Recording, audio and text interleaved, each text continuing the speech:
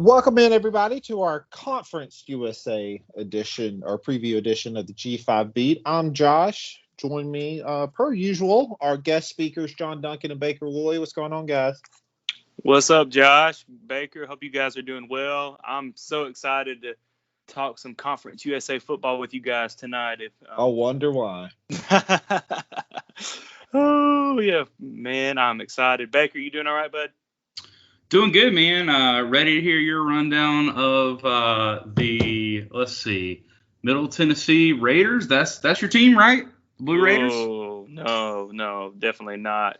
But hey, from a UAB Blazers, I'll try to keep it under 2 hours today. So you guys might see a 6-hour episode in your feed right now.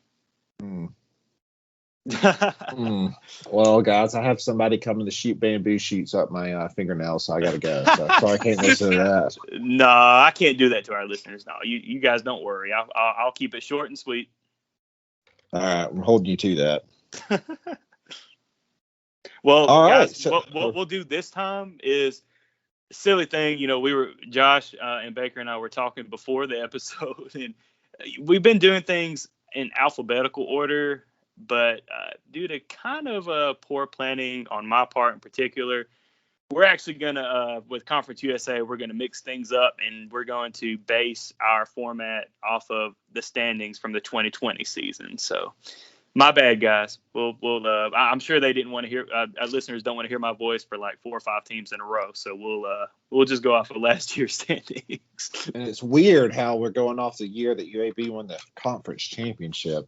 I'm telling you. Hey, but we'll start in the East, so we'll save the best for last. Yeah. So thoughtful of you. I know, so sweet. John, well, I think of you as having a servant's heart, and that's just another example right there. Oh, well, I definitely appreciate that. But I do believe the Marshall Thundering Herd are the defending East champions in Conference USA. And I do believe Baker has the honor of talking to us about the 2021 Marshall Thundering Herd. So, Baker, we'll let you take it away, bud. I do indeed. So, Marshall, 2020 record, looking back at them here, 7-3 season, 4-1 in Conference USA. Darn good season, but really just on the cusp of being so much better. It's crazy when you look at that final record to think of them as 7-3 after how they started off there. But yeah, taking a look at them here, their coach, Charles Huff, he's coming in on his first season after spending last year at Alabama. Roll Tide. Yeah. You Alabama boys down there. So, but yeah, Charles Huff, he's a guy known as a great recruiter, so they're looking to pick up on some of that up at Marshall, and I'm sure he's going to continue Marshall's recruiting success down in the South and specifically in the state of Florida. I know the Herd do love to recruit down in the Sunshine State. The offense is returning 8 starters this season, and that's an offense that was the 4th best in the Conference USA in 2020. They were 5th in rushing yards per game and 6th in yards per game total. Second, though, in points per game. QB Grant Wells is probably their top all-around guy that's bringing back the most excitement this year. But as far as some other all-conference players, you've got tight end Xavier Gaines and Grant Wells. They're both on the first team all-conference schedule there. Offensive lineman Kane Madden is also first-team guy who actually ended up transferring out after these all-conference standings came out through Athlon. So he's now with the Fighting Irish of Notre Dame. So that was a rough loss for them this past off-season. Additionally, offensive lineman Alex Millett is second-team preseason all-conference. So look for him, Xavier Gaines, and Grant Wells to kind of lead the way there for the Herd. Expect the offense to pass more this year than they have in the past. Knox was a guy, Brendan Knox, that really led them the past few years, the running back position, and now that he's moved on after last season, I think between that and bringing in Charles Huff, there are some expectations that Believe it or not, he does have a lot of a running background, but there are some expectations that they are going to pick up the pass game a little more than usual.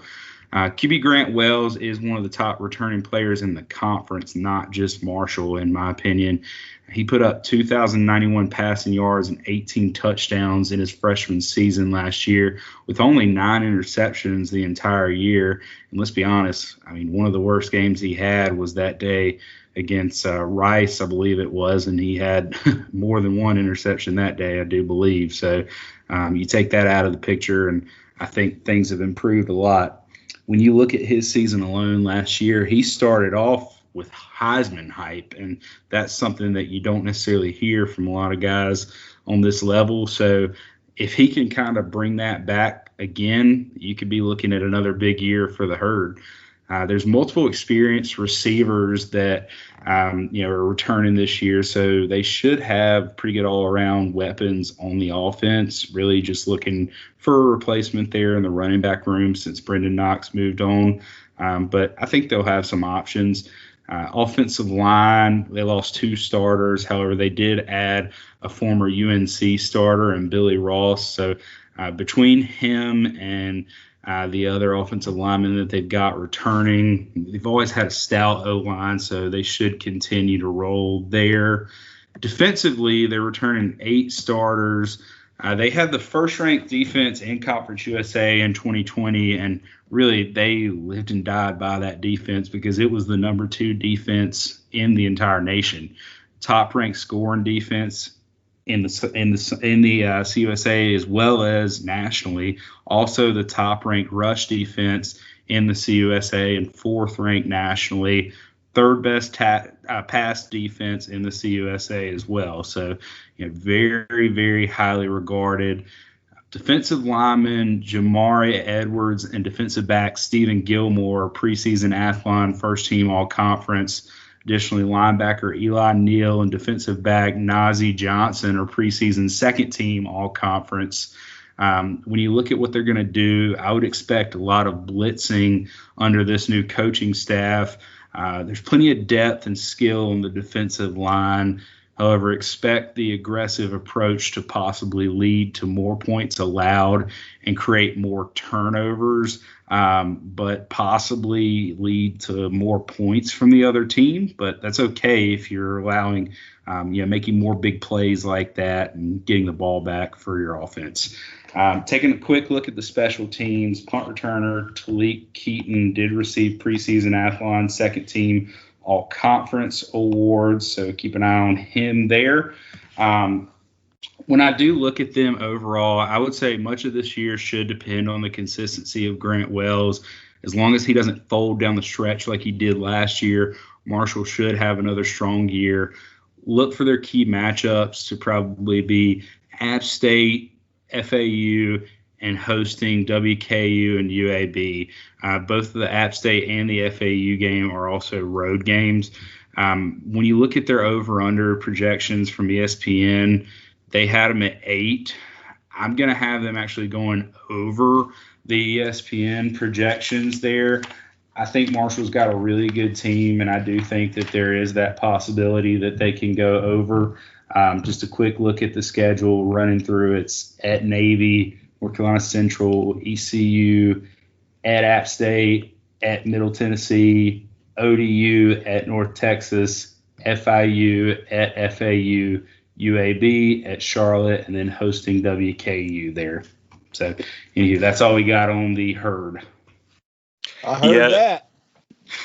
Oh my gosh. I mean, say what you will, looking back to the Doc Holliday tenure at, Marshall. I mean, just really surprising kind of that they let him go. But, you do get a first-time head coach, Charles Huff, who was a hell of a recruiter, at Alabama. And he's going to continue that on with Marshall. Real quick on Grant Wells. I mean, Baker, I know you mentioned earlier that he threw more than one pick against Rice in that 20-0 loss, but he actually threw 5 interceptions in that game. He looked awful. The UAB in the conference championship game, he looked awful against UAB. UAB was in that backfield all game long. And even the Camellia Bowl, he didn't have a great day against Buffalo. But that's going to be something to watch. Like if you just watch Grant Wells at the beginning of the season, you're like, oh my God, this guy is great. This is the next Chad Pennington. I mean, he's just lighting it up as a freshman, but he showed that he was a freshman those last couple games in the season. So I know Thundering Herd fans are really eager to see just how he looks this year. And, given a full off season, under a new coaching staff, we'll definitely get to see if he's made any progress on, holding on to that ball and not forcing balls. So definitely, wanted just to hit on that real quick on Grant Wells. That first game at Navy, believe it or not, that's the first time Marshall has ever played Navy. So this is going to be a really interesting matchup. If you guys listened to our AAC preview last week, we talked a little bit about Navy, and I mean, Nia Montalolo, he's been there a long time, so he's going to be ready to face a Conference USA team. So this is going to be a big test for the Thundering Herd going to Navy and taking on the midshipmen, but it's a really needed game for Conference USA. If Marshall loses that game, one of your premier teams loses to a middle tier to lower tier Navy or AAC team, that's not good at all. And you mentioned the ECU game as well and App State. So some tough games for Marshall, but definitely in conference schedule, the back end is going to be really tough, where they do host UAB and then end the season against Western Kentucky. So those are my quick thoughts on Marshall. Awesome.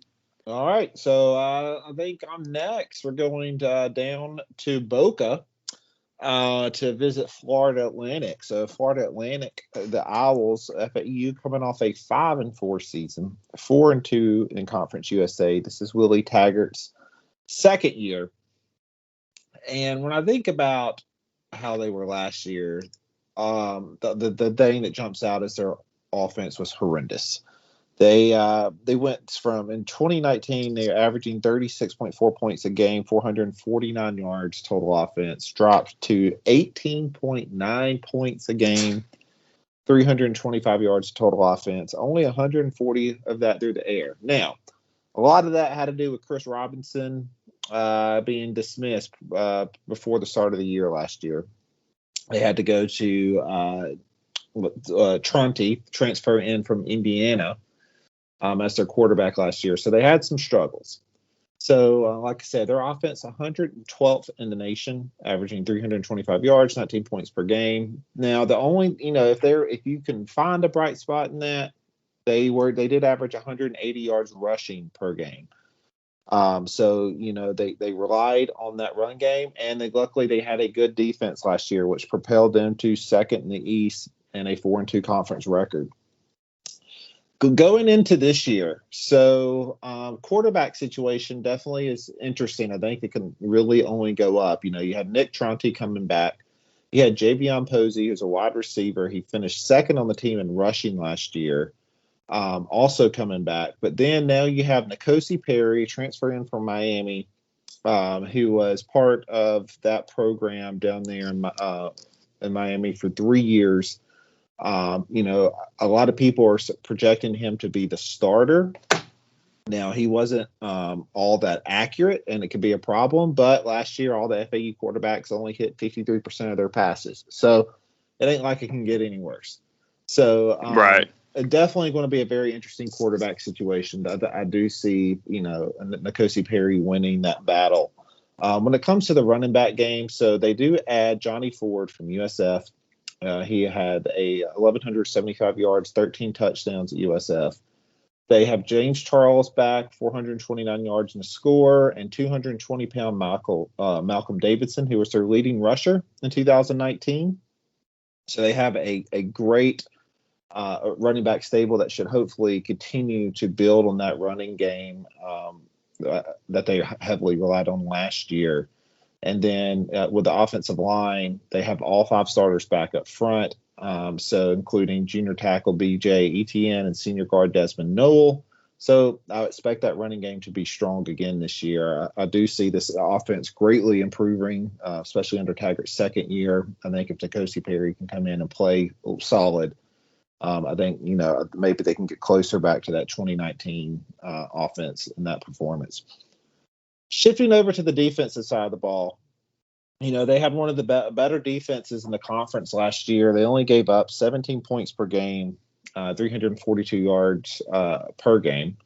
They were great against the pass. For the most of the year, they were solid against the run. They had a couple of hiccups last year, specifically against Georgia Southern, that they ran all over them, and also Southern Miss had over 300 yards of rushing over them. But for the most part, good against the run. But they did get after the quarterback. They do lose one key loss to their top pass rusher, Leighton McCarthy. He's gone, but they do return Jalen Joyner, who had 6 sacks in a big sophomore season last year. They also return Evan Anderson as the anchor in that nose position. Linebackers. So they don't have a lot of size at linebackers, but they got some speed. They have Chase Last at their back. He led the team with 72 tackles last year. Khalif Bryce, all at CUSA player. He had 54 tackles last year on the outside. He's back. Then you got Amon Ross, 200 pound, 5'11" linebacker, had 58 stops, 5.5 tackles for loss. So they do return those guys some experience there. And then, lastly on that defensive side of the ball, going to the defensive back. So last year this group didn't produce a lot of turnovers, but they were solid. They return all CUSA honors safety Tajay Young, 35 tackles, team high 2 picks last year. They return Zion Gilbert, who's been solid for 4 years, 197 tackles, 3 picks, and 16 broken passes last year.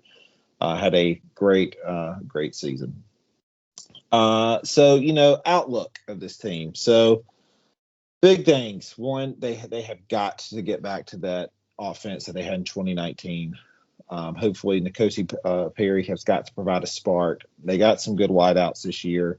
They're returning a lot of good guys on defense. Like I said, they do have that big loss in Leighton McCarthy, but they do return some big guys. Big thing, they need that run defense has got to stay solid. They can't give up that 300 yards against against Southern Miss like they did last year.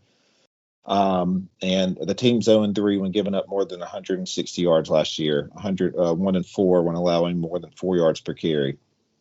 Since 2018, they're 0-9 when giving up over 200 rushing yards.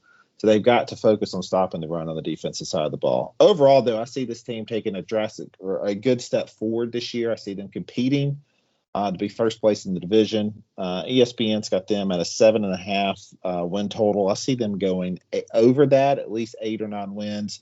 They do play. They open the season at Florida. They get Georgia Southern at home, Fordham. Then they play at Air Force, FIU at home. They do go to Birmingham, play at UAB in that new stadium.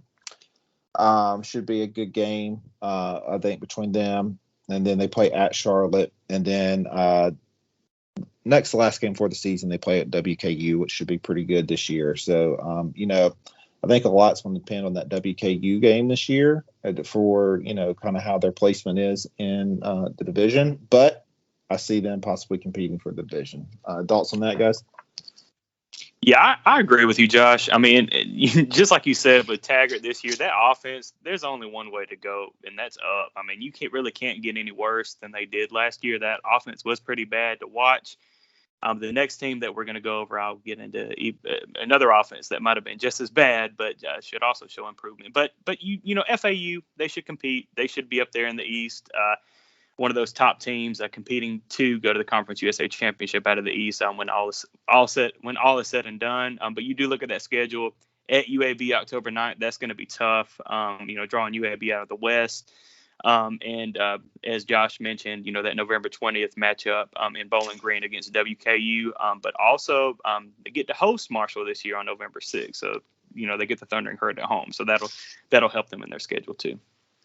One other item I wanted to discuss as well. Did you mention Michael Johnson Jr. by chance? Oh, I forgot about him. Yeah, no, he's coming in he's a freshman this year, right? Yeah, so he's a transfer from Penn State. He was a 4-star guy at Penn State, and his dad actually, his dad's been all over the place. He's had a few years as quarterback coach in the NFL, and he's now at FAU, but I'll let you chat on a little bit if you've got some more info on him. No, so yeah, no, he's coming in from Pitt State, a pretty high, like you said, a pretty highly touted guy. I mean, this QB situation is already interesting with N'Kosi Perry coming in from Miami, which a lot of people think, like I said, will get the start. But I think it's going to be a pretty competitive fall camp. I wouldn't be surprised if, Johnston does push him for some starting reps. At worst, I could see him as 2 on the depth chart. I think, they drop. The starter from last year, I think he gets easily dropped third string. So I think between Perry and Johnston, it's going to be a pretty competitive fall camp. Yeah, I agree with Josh. It's going to be either Perry or Johnston for sure to get that start, at least to start off the year. Absolutely. Well, all right, guys. I will take us to the next team that finished third in the Conference USA East last year, and that was the Western Kentucky Hilltoppers. They were 4-3 in the conference and 5-7 overall in the 2020 season. Now, this is Tyson Helton's third season in Bowling Green. First year was really good. Last year, I mean, let's face it, the offense was just awful to watch. I mean, Josh just, talked about how bad the FAU offense was. I mean, Western Kentucky was arguably even worse than the FAU offense last year. But good thing for Helton is that he actually brings in a new offensive coordinator, Zach Kitley, coming over from Houston Baptist. And lucky for him, guess who's coming along with him? Not only does the starting quarterback, Bailey Zappi, come with him from Houston Baptist, but they also bring along his top 3 wide receivers at Houston Baptist. So just a whole total, turnover on the offensive side of the ball this year for the Hilltoppers. So great thing for, Western Kentucky fans. The offense is going to be light years better than last year. So you look at last year's offense. In 2020, they averaged 290 yards per game, 126 on the ground, and 164 through the air. I mean, as I just mentioned, the offense was terrible. They were unwatchable. But Bailey Zappi from Houston Baptist, the senior transfer, this guy is going to come in, and there's no doubt he's going to be the starting quarterback this year as the other quarterbacks departed from WKU. But just look for a lot of exciting things on the offensive side of the ball with the Hilltoppers this year. Zappi was a Walter Payton Award finalist in 2019. They also add San Diego State transfer Carson Baker in the quarterback room. So he, probably going to be the backup behind Zappi, but just so excited for, what's going to happen this year in Bowling Green. As I mentioned, the 2 quarterbacks that bolted from Western Kentucky, Tyrell Pigram and Kavaris Thomas, they both transferred and hit the transfer portal. Running back position, the Hilltoppers do lose their leading rusher, Gage Walker, had 143 rushes for 645 yards and 3 touchdowns last year. Not a great year. It does hurt losing that leadership, though. But they do add a North Dakota State transfer, Adam Cofield, who, rushed for over 1,500 yards and 11 starts. So add some talent at the running back position as well for the Hilltoppers. Now, the wide receiver position, they lose Xavier Lane. He had 34 catches for 376 yards and a touchdown last year. But as I just mentioned earlier, they add Houston Baptist top 3 guys from Houston Baptist, including Jared Stearns.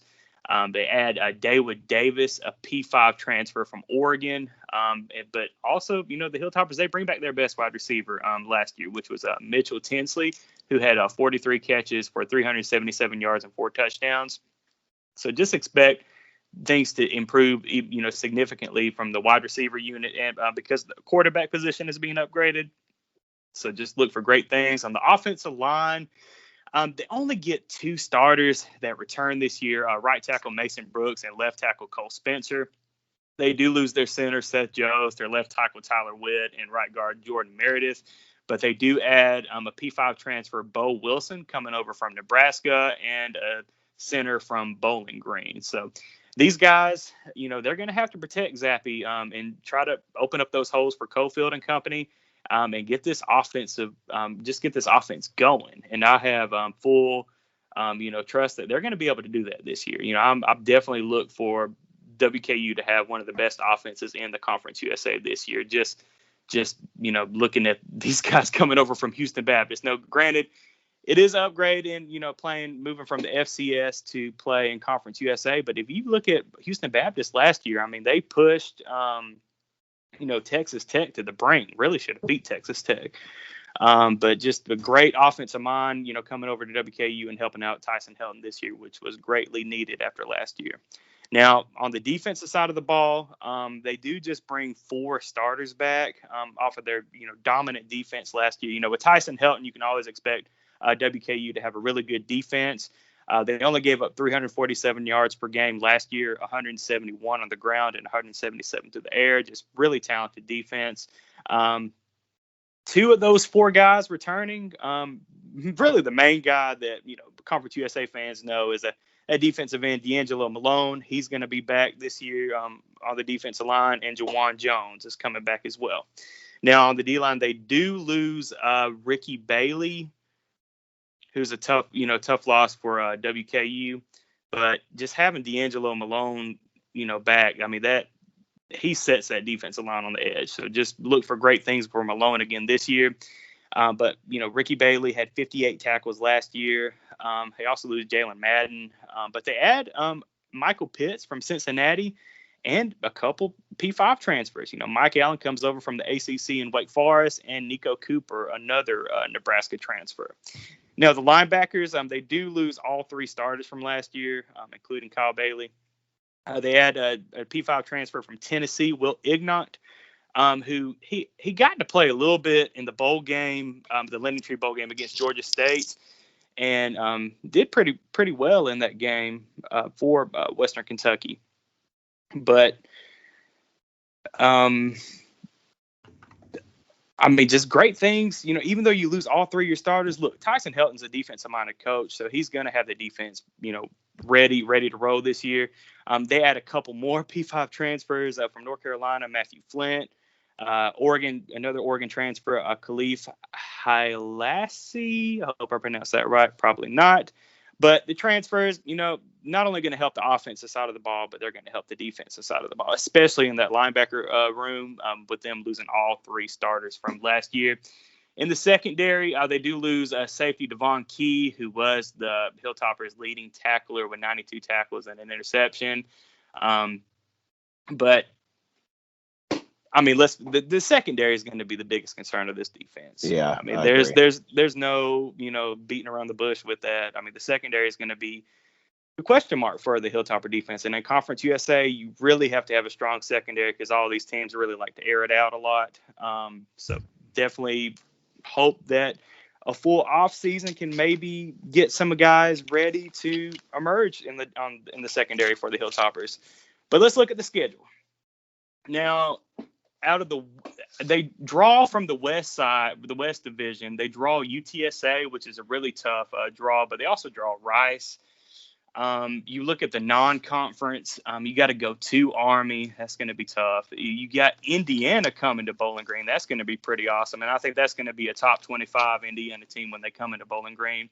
And they also have to go to Michigan State. But that's going to be their toughest 2 games. Non-conference is going to be definitely Michigan State and Indiana, and Army's always tough. Now, you look at the conference schedule. As I mentioned, you got UTSA coming to Bowling Green October 9th. That's going to be tough, but hey, they're coming to Bowling Green. So, WKU's definitely got a shot there. To Old Dominion October 16th, at FIU October 23rd. Charlotte's their homecoming on October 30th. Middle comes to Bowling Green November 6th. At Rice November 13th.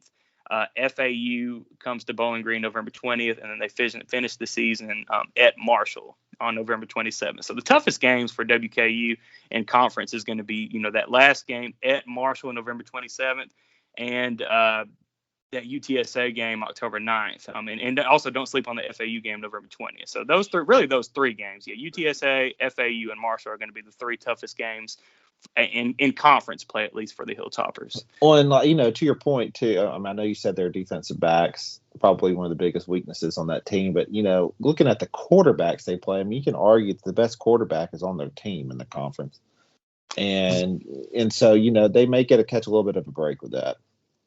Yeah, and the schedule sets up fairly nice too.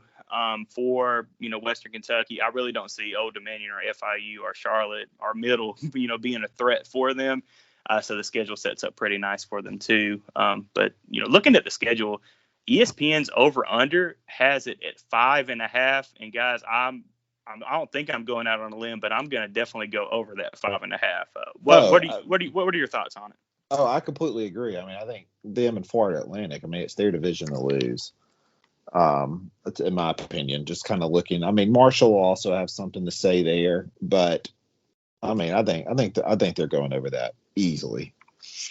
Yeah, I agree. Baker, do you have any thoughts on WKU about that over under 5.5? Or yeah, man, I think it really, like you said, a lot of it I think is just gonna depend on the transfer situation and how all that works out with the guys from Houston Baptist there. But I think looking at the schedule there with what they've got, I kind of break it down to see, okay, they're top heavy at the beginning of their schedule, and then at the end of the schedule, you look at, UT Martin's an easier game, but you've got that Army, Indiana, Michigan State stretch. If you get through that, I don't know, win at least one of them, hopefully, of those three, if not two. You get through that, then, really the rest of the games are all winnable. I'm not saying they're guaranteed win, but winnable easily until you get to the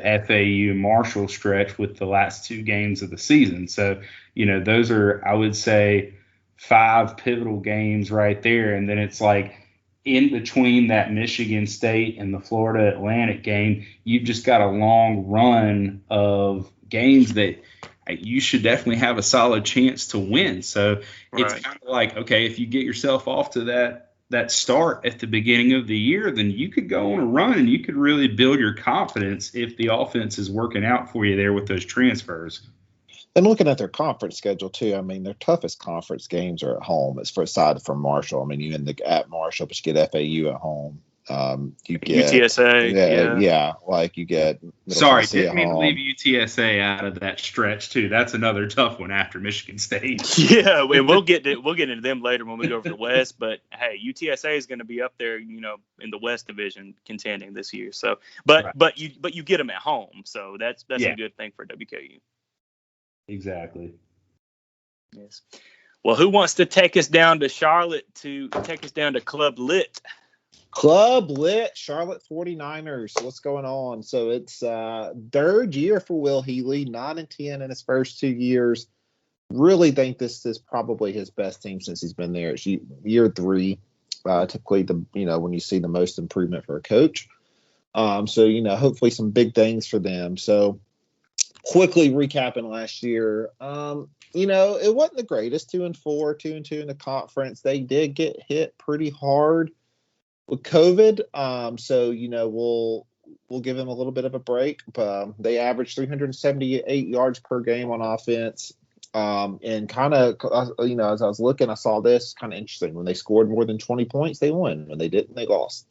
So, you would think that 20-point mark wouldn't be that hard, but unfortunately, that's just kind of how it was. But good thing is they did get to play a lot of guys last year with that COVID situation with the pandemics. They have 10 starters returning on that offensive side of the ball.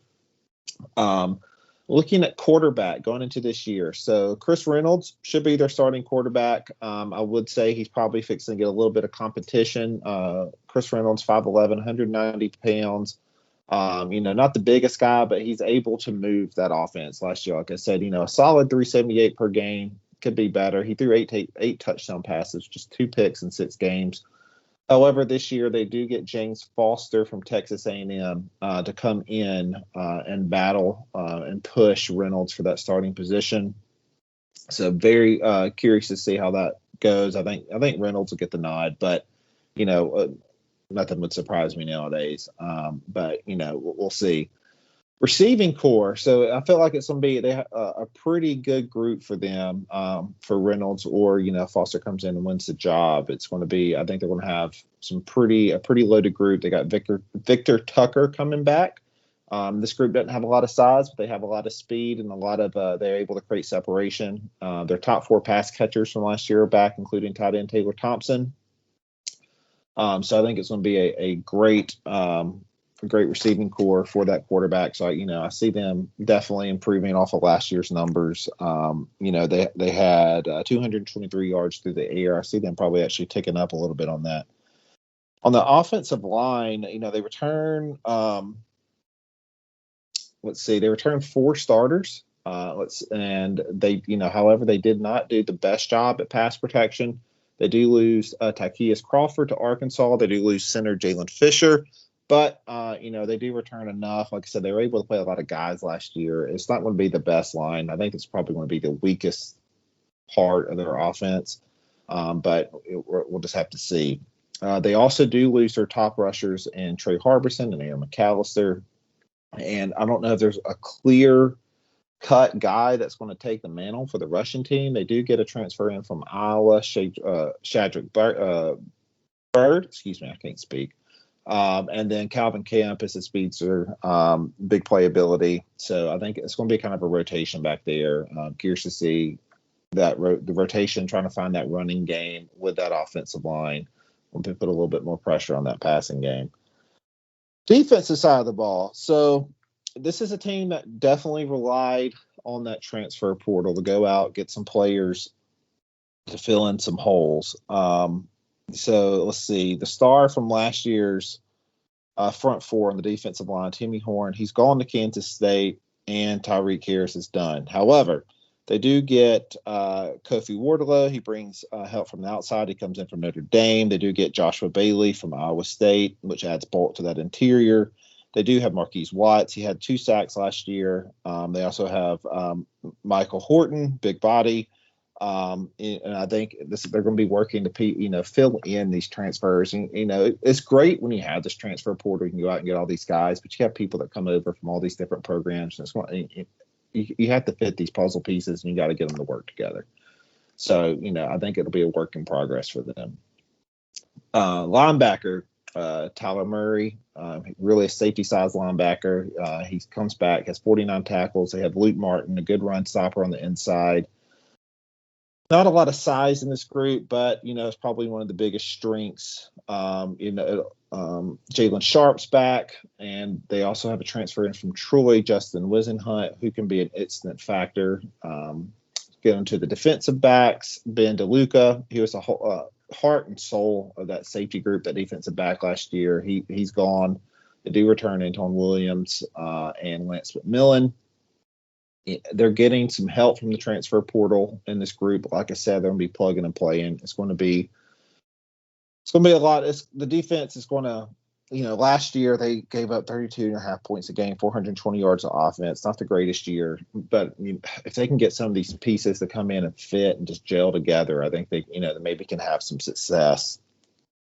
Let's see. So the Vegas overall for this team, they have a 4.5 over under for wins, kind of looking at that schedule. So they start off the year with Duke, play Gardner Webb, then they're at Georgia State, get Middle Tennessee at home, at Illinois, at FIU. They get FAU at home, then they go to Western Kentucky, Rice. They go to La Tech, and they get Marshall and end at Old Dominion. It's going to be tough for them. I really don't see them going over that 4.5 over under that we get from ESPN. I have them coming under at 4. Maybe they can pull an upset here or there. I hate it because I feel like Will Hughley, this is his most talented team. Maybe they can surprise us, and maybe they can pull an upset or two. But guys, what do you think?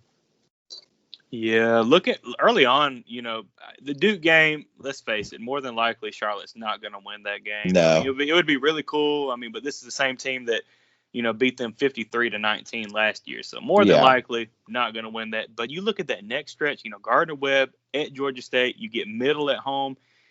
If they can win those 3 games, they'll beat Gardner Webb. But if they can somehow go to if you guys listened to our, a couple weeks ago, the Sun Belt preview, Josh really liked Georgia State. Both the offensive line and defensive line. Georgia State's going to be a good Sun Belt team this year. So if the 49ers can go in there and somehow get out of Atlanta with a W against Georgia State, that could be the spark that Will Healy needs, to get the season going in the right direction and push to go over that and try to get back to that second bowl game. But I mean, that schedule is tough. Drawing Louisiana Tech out of the West, you get Rice, but Rice should be improved this year. But I don't know. I love Will Healy, but I mean, yeah, this is going to be tough for him to try to get to a bowl game this year. I'll give last year, COVID, we'll kind of give him a pass. First year, 2019, got him to the Bahamas Bowl. We'll see what Will Healy can do this year, but definitely look for big things next year, I think, in 2022. Yeah, no, I mean, definitely 2022. And like I said, the good thing, yes, they played a lot of guys last year. They really did. Yes. So, they do bring back some experience. But, and the more I think about it, and the more we see teams rely on this transfer portal, it's just, I'm curious to say, hey, how quick they can get some of these people to plug and play. I mean, you come from all different kinds of programs, so be very interesting to see. Definitely. So my take's on real quick, too. One, I got to ask, too, first of all, is Chris Reynolds ever going to graduate? I feel like that guy's been there for 10 years. Yes, he's only a junior, too, because he got the free year last year. So he's only he's just a junior.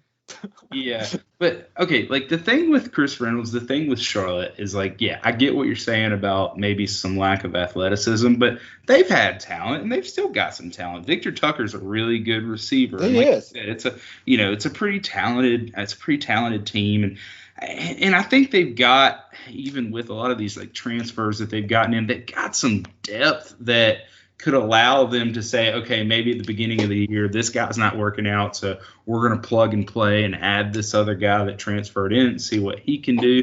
You may get a little bit of that at the beginning of the year and try to really figure out what pieces are going to be the best fit.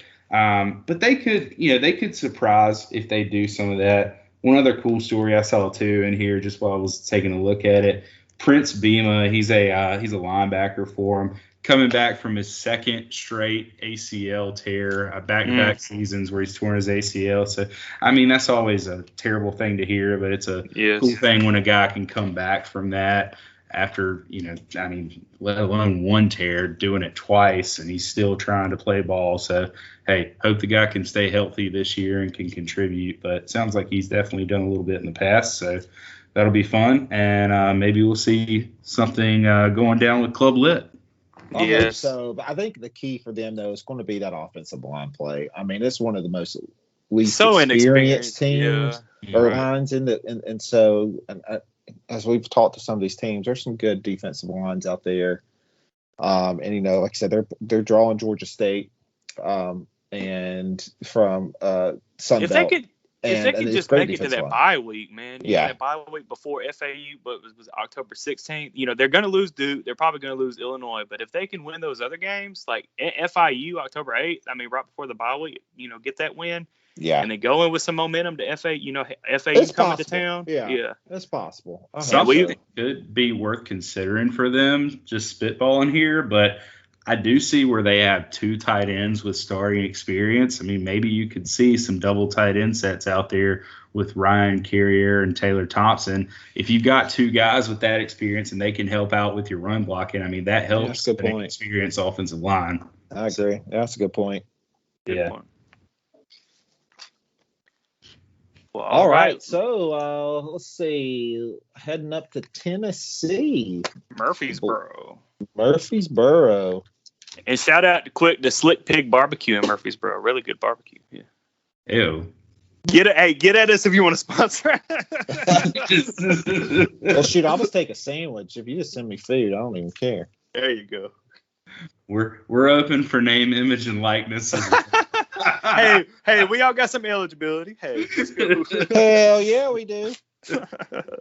Oh man. All right. Well, yeah, guys. So I'm taking the Blue Raiders. Unfortunately, I know I mentioned earlier that John may be doing it, but we'll spare you that. So going back to them, Rick Stockstill is returning as the head coach. That's another guy. It's like, man, he's been there forever. So and he ain't going anywhere. Well, I was going to say, you'd think he'd be killing it, but that's not necessarily the case. I mean, I don't want to say he's killing it like killing the program, but he's not killing the program, but they're going downhill, it seems like right now. So they're looking to turn it around after a 3-6 season this past year, 2-4 in CUSA.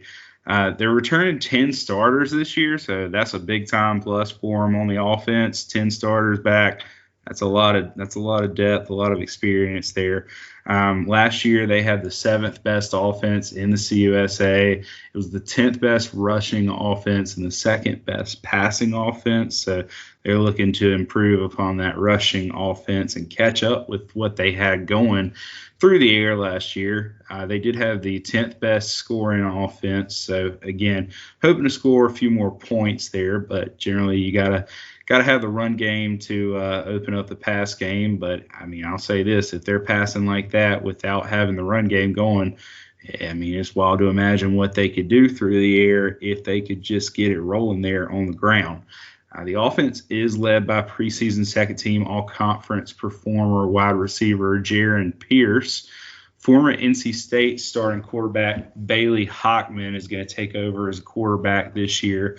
Hockman passed for over 2,000 yards and 13 touchdowns last year for the Wolfpack. So they're hoping with Mid-Tennessee that they can maybe not only keep up that momentum, but build upon it against, hate to say some lesser competition, but I mean, they're not playing Clemson every week. So, hey, let's go out there and see what he can do. And maybe he can help the Blue Raiders improve here. So receiving core is pretty deep and experienced. Shetan Mobley hopes to pace the backfield. However, he will be pushed by West Virginia transfer Martell Petaway and Florida State transfer Amir Rasul, now that both of those guys should have fresh legs after opting out last season.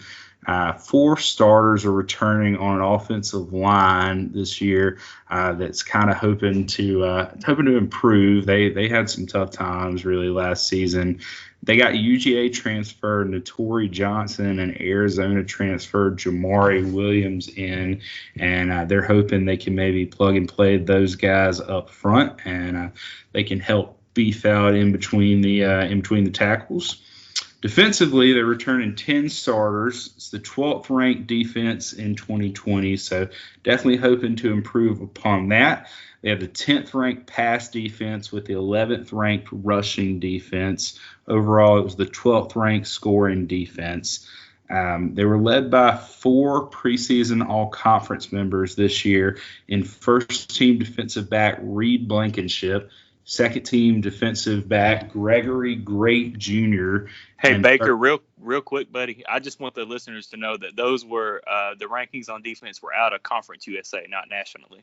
Yeah. Sorry. No. You're good. Get it straight, boy. Yeah. And third-team defensive lineman Jordan Ferguson and linebackers DQ Thomas. Their front 7, aside from DQ Thomas and Jordan Ferguson, is a real question mark going into this season. So they'll be looking to solidify that. Also, question marks about their depth at their corner. They're feeling okay about what they've got in terms of the starters, but not sure about what they're going to do when they've got to flip guys in and out there, especially if someone goes down with injuries. The Blue Raiders, they are returning a lot on defense and looking to improve, and they have some weapons on the offense all in all. So if they mesh, they could have a decent year, but there's no guarantee of that. The long-tenured Stockstill may still be on the hot seat, I would say, if his team has a losing season, because it would be his 3rd straight losing season. I know John said he's not going anywhere anytime soon, and truth be told, a lot of people feel that way. But, I mean, if you run into 3 straight losing seasons after you're there for, I don't know, that long of a time, 14, 15 years, then that can really start to frustrate the fan base there as well as. But the thing with that, Baker, is his contract was just so crazy. Like he just had to meet just a couple benchmarks each year, and he would automatically get like a raise and extension. So right now, I believe his contract goes through like the end of 2026 or 2027. And if they decided like they wanted to buy him out, they would owe him like over $6 million. And let's face it, I don't think Middle has that money right now. So that's why I said earlier that this dude's gonna be there until he wants to just be done with it. And honestly, that's honestly partly what is hurting the program, because he's just been there so damn long. And there's just so much apathy in that program. Like you're right by Nashville, like Middle. They've had good years. I mean, hell, go back to 2018. UAB beat them in the Conference USA Championship. It's not that long ago that they were doing good things. They were probably the best team in Tennessee. Yeah. So, my bad, Beck. I just wanted to real quick just explain to our listeners that's why I think he's not going anywhere unless somebody wants to pony up. Yeah, of course, Memphis. But unless somebody wants to pony up that $6 million, I mean, if he just decides he wants to walk away. But I mean, would you if you were him? I mean, you just got to hit a couple benchmarks, get to a bowl game or get a winning record, and hey, get an automatic extension. Him and the guy Mark Stoops at Kentucky really have the best contracts right now in college football. That's a wild contract. I'd love to have his agent. That's all. Me too, man. Yeah. So I didn't realize that was the case, but I'll still say this: the fans may be pulling for his head after this season if they have another losing year. So, hey, you may not be able to do anything about it, but still, let's hope it doesn't go that way. Taking a look at their schedule, I'm saying that they're likely going to need to beat Monmouth and UConn in the non-conference and go 4-4 in the conference to avoid a losing record, because the conference schedule isn't exactly a cakewalk this year, and I'll talk about that in a minute. The over-under that ESPN had them set at was 5. I think it's a pretty good number for them. If I had to go over or under, I'd probably go under, just because I'm not confident yet that they can go over that. But I do think 5 is definitely a possibility. Again, you look at the non-conference there, and I know I mentioned Monmouth and UConn, but I mean, they've also got Virginia Tech. They've got to go play there, and that's not going to be a cakewalk. And, oh, by the way, you've got to go take on Malik Willis and Liberty up in Lynchburg. So, I mean, good luck with that. It's, tough going through the flames these days. So, no pun intended. But it's, one of those things where the non-conference schedule is not going to be necessarily forgiving. And then you start off the conference year with back-to-back road games at UTSA and Charlotte. UTSA is tough. Charlotte's not, like the hardest team in the conference, but I mean, it's still on the road. And then right after those, you come home and play Marshall, tough game, go right back on the road, back-to-back games at Liberty, at UConn. I mean, Liberty's really tough. UConn's, I mean, that's an easier game, but it's still on the road. And look, if they don't beat UConn, there's going to be some problems. Yeah. I get it, but I'm just saying, you're still at that point. I mean, it's been a tough schedule, and you're already over halfway through the season. You've had all these games at this point, and you're beaten and bruised. And I mean, if you don't have some form of a close to 500 record, you're going to feel pretty demoralized going into the second half of that season. So, yeah, you've got, 3 out of your last, 5 games at home. But I mean, it's been a tough whine there going through your first 7 games. So we'll see what happens. Definitely. Well, Josh, I believe you can take us to FIU, to Florida International, to talk about those Panthers. Down to Miami. Yes, sir. So the Panthers last year, 0-5. I know it was such an outlier year. But when Butch Davis got hired, he took them to back bowl games. Prior to that, they'd only been to 2 bowl games their whole entire existence. So, his overall record, 23-21, I feel like he's done a pretty good job there. I think this could be a pretty important year for him, though, to get things back on track. And granted, I don't think their schedule's going to help them out a lot, but, they can only go up, just kind of looking at last year. So that offense, we talked about horrendous offenses, earlier. Theirs was right there among the worst. They averaged 281 yards a game, 22 points per game, with a probably the worst passing attack I've ever seen.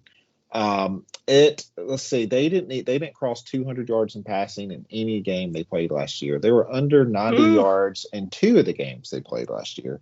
They only averaged 123 yards passing last year. 157 on the ground. And I don't know. I would think you could only go up, but looking at the quarterbacks who they got coming back, I don't know. I mean, hopefully there's improvement, but I don't see, who that guy can be. So I would consider the race wide open. The quarterbacks last year averaged 4.7 yards per attempt, just hitting 45% of their throws. Stone Norton, he took off for Southern Illinois. Kalen Wiggins is still an option. They do have former Maryland transfer Max Bortenschlager. After that, it's really just some freshmen, and there's no really big name coming on board. So, I think Bortenschlager will get the start, but I would consider this thing wide open. The receiving core, they have experience. They get 5 of their top receivers back. They also get their leading receiver from 2019, Shamar Thornton, after missing last year, which is a big pickup for them. But they're going to need some help from that quarterback, and to improve this passing attack. Bryce Singleton led the way for that receiving group last year, 14 catches, 150 yards. They do have tight end Rivaldo Fairweather. He's back, huge guy, 6'5", 245, second-year freshman. Big tight end. I think that can be a huge weapon for them. He had 165 yards, leading receiver for the team last year, 10 catches, almost all of it against FAU. I think the receivers are ready. The receivers are there. We just got to get them the ball. Something that didn't help with that passing game last year was the line. Pass protection was not good. Let's see. They gave up 19 sacks last year in 5 games. They did have a decent ground game. They should be better. They do lose 2 starters on that line. They do pick up Appy Main from Kansas to help out on the inside. They do lose some backups, so they do lose some program guys there. When it comes to running backs, if the line can hold up, they do have their leading rusher, Devontae Price, back, 6'2", 215-pound guy who averaged close to 7 yards per carry last year. One of the few bright spots in the offense. Sean Peterson, 6'3", 215 back. He averaged 6 yards per run. So there's plenty of help. But, the run game, if you can't throw the ball, everybody's going to be keyed in on that run game. Does not help the line. So, a lot's just really going to come down to that passing game. Switching over to the defensive side of the ball, it had some positives. It's like I said, their offense did not help them out much, didn't put them in good situations. So considering that, they allowed 423 yards per game, 32 points per game. Pass rush, okay. They had some, they got pressure on the quarterback, had some tackles for loss. But their run defense was not good. Let's see, on the ground, they gave up 236 yards on the ground rushing per game. They really don't have a lot of size in that front 4, but they do, they have enough guys coming back and some experience coming back. They can get a rotation in there. They get Devon Strickland back. He had 4 tackles for a loss last year. They have Jason Mercier back. And they are getting some help in the linebacker core. Jamal Gates, he's back after on the outside. He tied for second on the team with 26 stops last year. They have Tyson Mava. They do lose Tyson Mava to Fresno State. However, they do get Hal Vinson from Texas State, who I think will be an instant impact guy. He's got some speed. He's got some size. Biggest strength on this defensive unit is going to be their secondary. They got 4 of their 5 top tacklers back.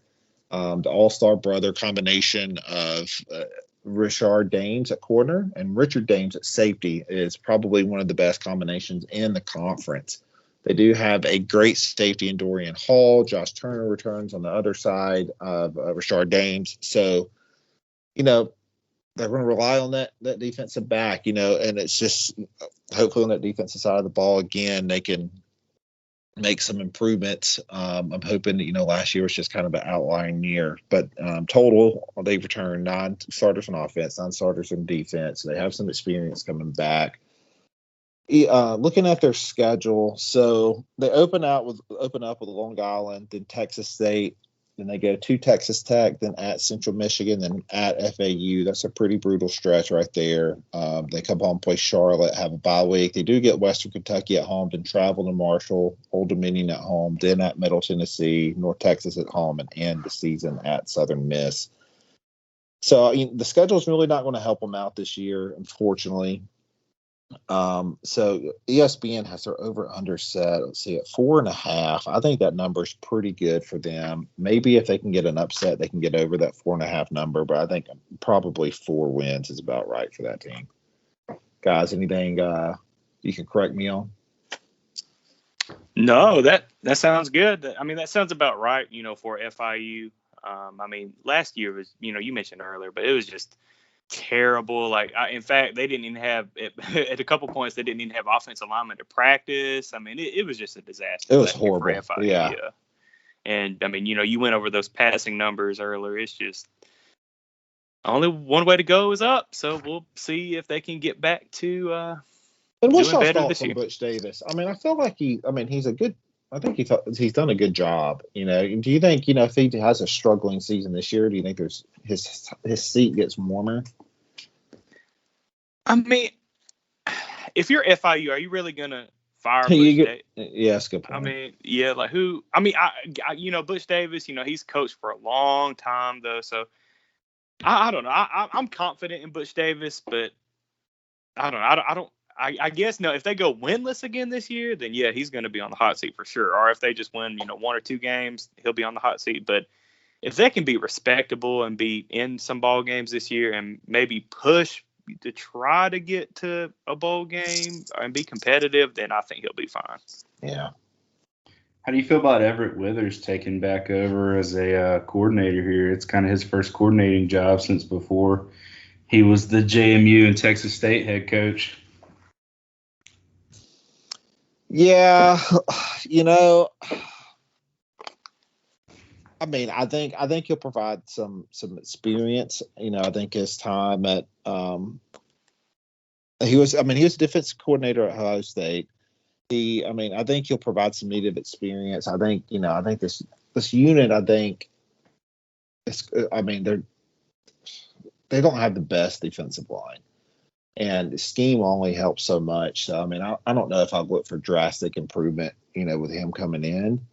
But, maybe they can – I don't know, man. It's just it's so hard. Like, it's hard for me, at least, to gauge how is a coordinator going to come in when you're only as good as your talent. So, I think he can provide some kind of burst, some different things. But we'll kind of see.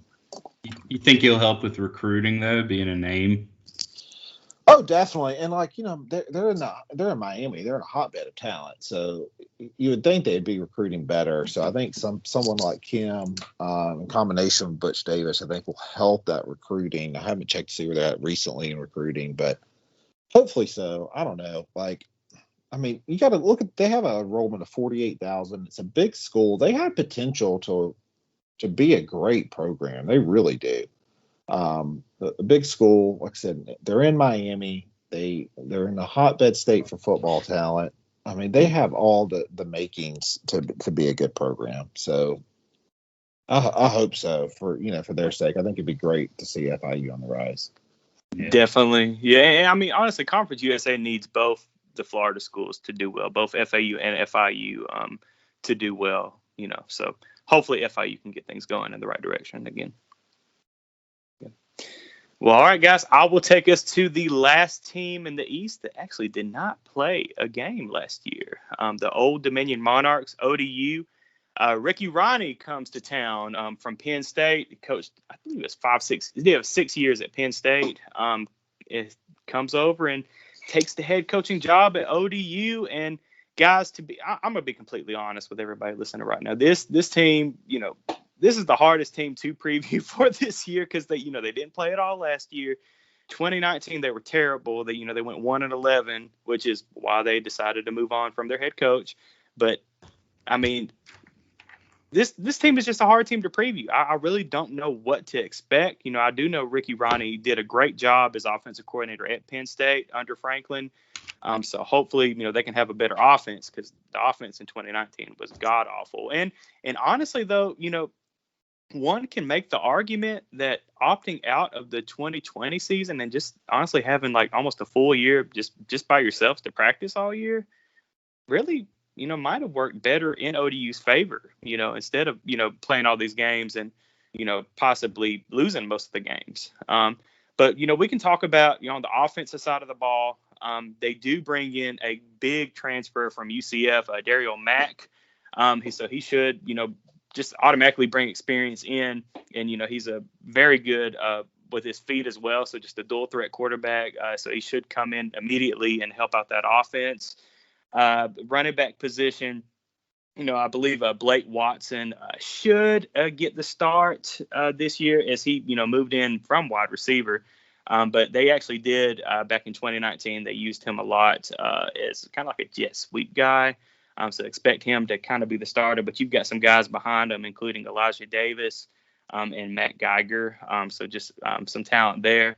You look at the receiver position, they do bring their top two guys back from 2019, but they also add some P5 transfers. You add Trey Blunt from UGA from Georgia, Ollie Jennings from West Virginia, and Zach Kuntz comes from Penn State. So just, some great P5 talent coming over with Ricky Ronnie in his first full year as head coach at ODU. Well, I guess it's his second year, but his first real year. Yeah, we'll say his first real year. Now, the offensive line, now they do have 52 career starts returning, but they do lose 3 starters from the 2019 season. So, I mean, the depth is really a big concern on the offensive line for the Monarchs. Now, on the defensive side of the ball, they do just have 3 guys returning from the 2019 season. So, they had a really good defense back in 2019 in comparison, especially to that, dreadful offense they had. The defense was on the field all the time for the Monarchs, but they only get 3 guys back. Now, one of those guys is linebacker Jordan Young, who in 2019 had 86 tackles, 4 tackles for loss, and an interception, along with a few, I think 3 pass breakups. So they do bring him back. And they also add a JUCO transfer, Ryan Henry. So this guy, he should add to the linebacker depth. But they unfortunately do lose their number 1 tackler, Lawrence Gardner, who had 111 tackles back in 2019. Now, defensive back in the secondary, they've got a lot of talent per se, but again, they don't have any or much experience. So that's going to be something that they're going to need to work on. Hopefully they did work on in spring ball.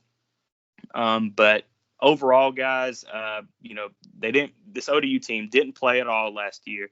So they were able to just work on a lot of things on the offensive side of the ball and defensive side of the ball under Ricky Ronnie. So I am very excited to see how they look. Now, the schedule is tough.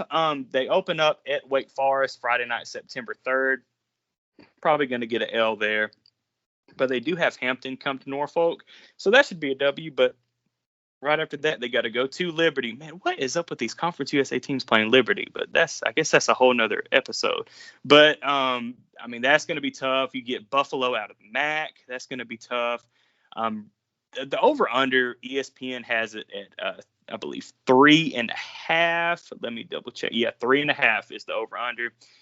And guys, this is going to be sad, but I'm going to go under 3.5. And I hate, for our ODU listeners, you guys are very loyal with your team. But it's just such a tough schedule, and you didn't play at all in 2020. So I just don't know what to expect. Maybe I'm just taking the easy route and just saying, oh, of course they're going to go under. They didn't play last year, But I agree with you, man. Looking at the line play. First, on the defensive line of the ball, they lost their top pass rushers. Huge loss in Keon White, who went to Georgia Tech. Yes. They also lose Jawan Ross. And wait, did I say Keon White, Jawan Ross? I can't speak English. I'm so sorry. But and just they're going to be relying pretty heavily, I feel like, on their recruiting the past couple of years, especially I think in that running back spot. They got a couple of guys coming in that'll probably be in the mix. I think in that secondary as well. They're going to rely on Jalen McCain and Marion Johnston, who are, the past couple of recruiting classes. So, I mean, there's a lot of inexperience. So, I mean, I don't think it's just, a stereotype just to go ahead and assume they're going to do bad. I mean, there's a lot they're going to have to overcome this year. Yeah, there's a lot of question marks. And, I mean, you have a couple winnable games on the schedule. You draw UTEP out of the West. You got to go to El Paso now. But that game is a winnable game. You look at FIU as a winnable game. At Middle is a winnable game. And then in the season against Charlotte is a winnable game. So, I mean, if you can win all four of those games and beat Hampton, then you're going to go over the 3.5. But I'm just not sold yet on this Monarch team. I just want to see them play for a year before I can be at least confident in going over. I think it'll also be interesting too. It looks like Ricky Ranny, he ran a no huddle offense a little bit at Penn State. A good amount of the time it was no huddle spread type offense, and that'll be interesting to incorporate in a team here because you've got, I mean, a no huddle offense can be a tough thing to incorporate and put into the playbook there. But if you've had this entire offseason where you didn't, really play the prior year, you've got a lot of time that you've had to coach that up, so that can maybe take away some of the penalties that you have involved with that. And I mean, maybe if it comes out and it's something that these other teams aren't used to, between that spread and the no huddle, it could get some teams on their toes, and you could see them upset someone.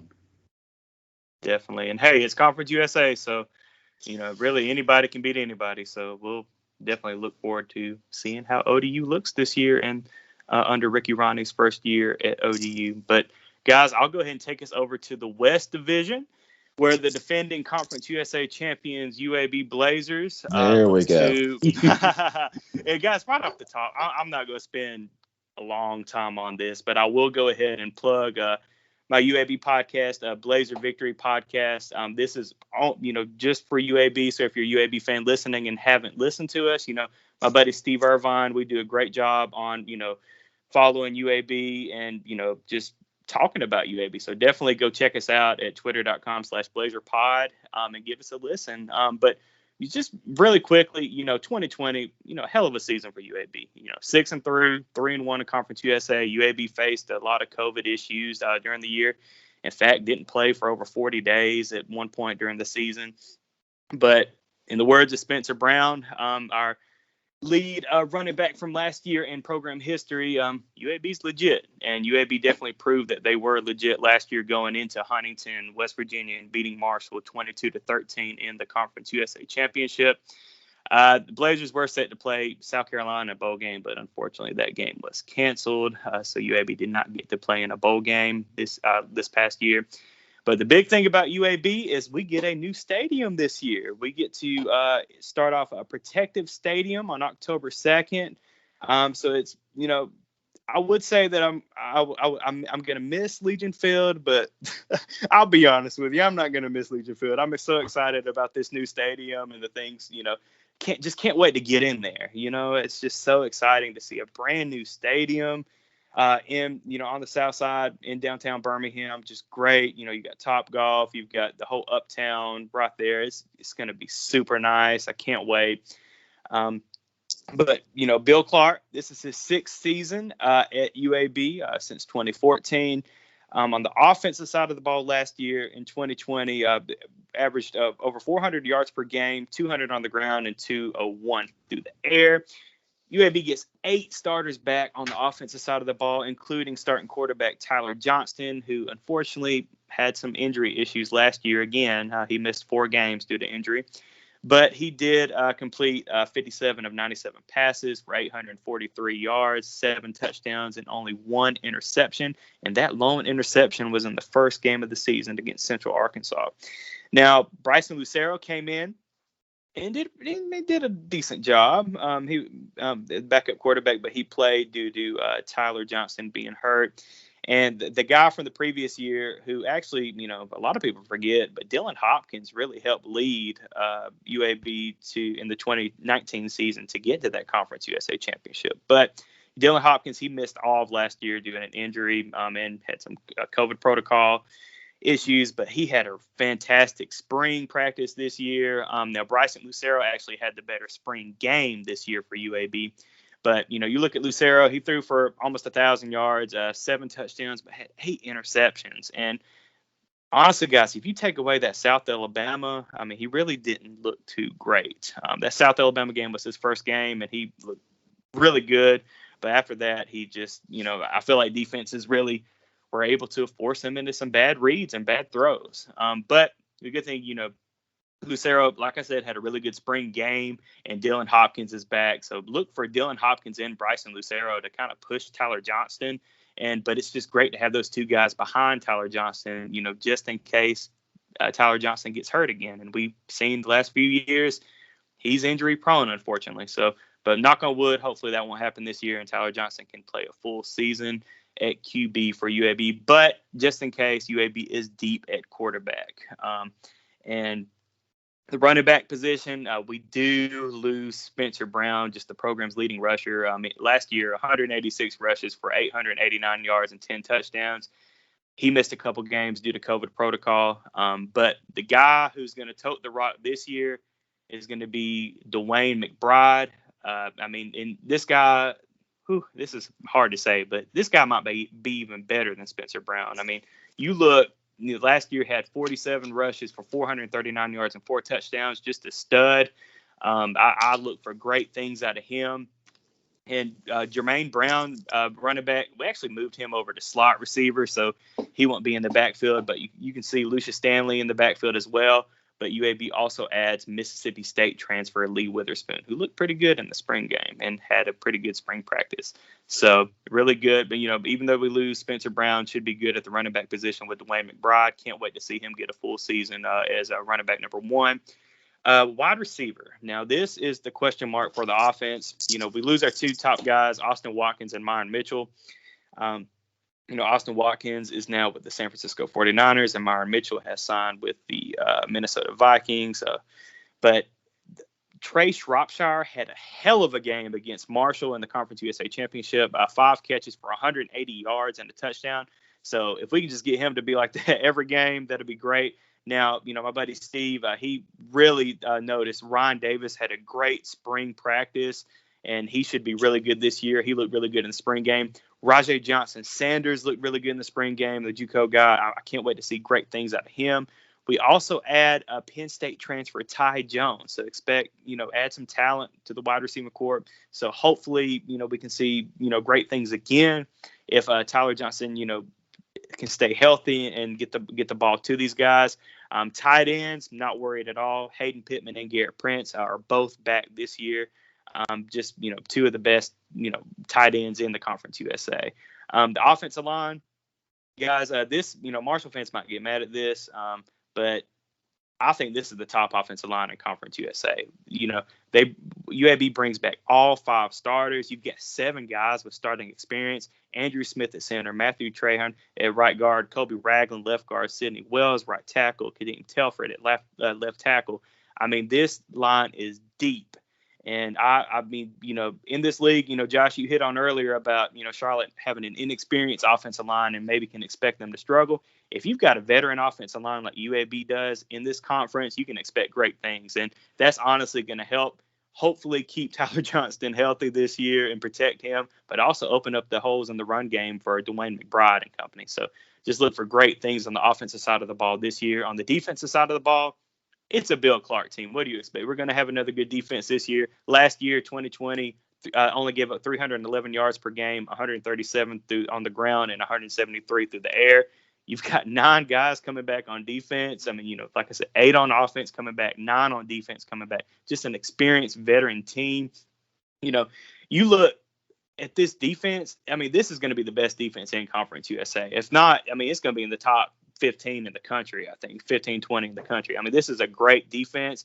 Defensive line, unfortunately, we do lose Tony Fair, who transferred to Auburn, and Jordan Smith is now with the Jacksonville Jaguars.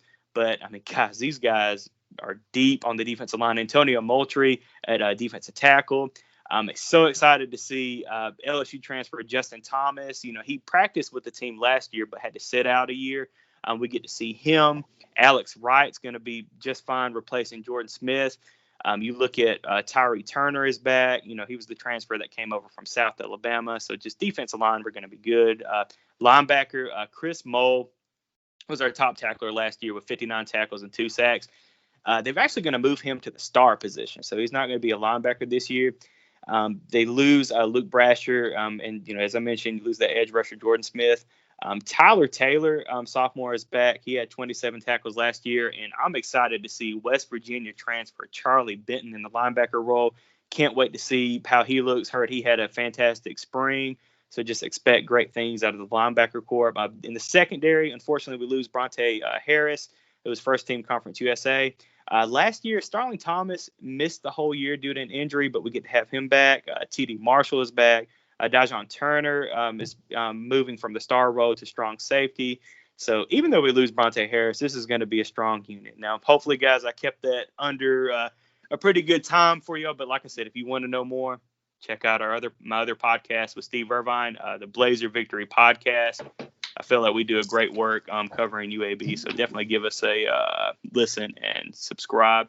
Now, when you look at the schedule, tough non-conference, guys. I mean, you look, even your FCS game is against Jacksonville State, and this was a team that made the FCS playoffs. So they make it every year. Really tough out, and it's going to be an in-state game playing Jacksonville State in Montgomery, which is weird that we're playing a neutral site game with the FCS school. But I guess that's another topic for another day.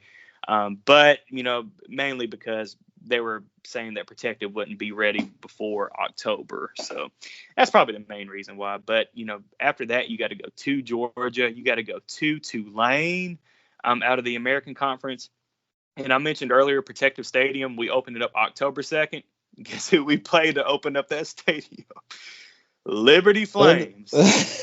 So yet another Conference USA team getting to take on Malik Willis. So, oh man, when UAB scheduled that game a few years ago, you're like, oh hell, it's Liberty. We're gonna kill them. But my goodness, yeah, Hugh Freeze. We didn't know Hugh Freeze was gonna be there, and we didn't know Malik Willis was gonna be there. But nevertheless, it should be one hell of a game. And I just can't wait to get in Protective Stadium. But the conference schedule, as Josh mentioned earlier, we get UAB plays FAU at home in Protective. You have to go to Marshall, as Becker mentioned earlier, in November. That's going to be a tough one. But the biggest game on this schedule, in my opinion, is going to be November 20th at UTSA. I think that game is going to decide the West Division in Conference USA.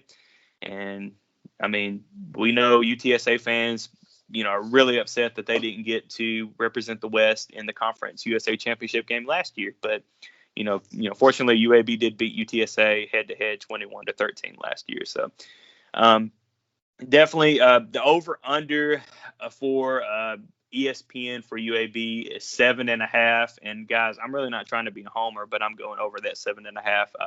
You guys have any thoughts on UAB?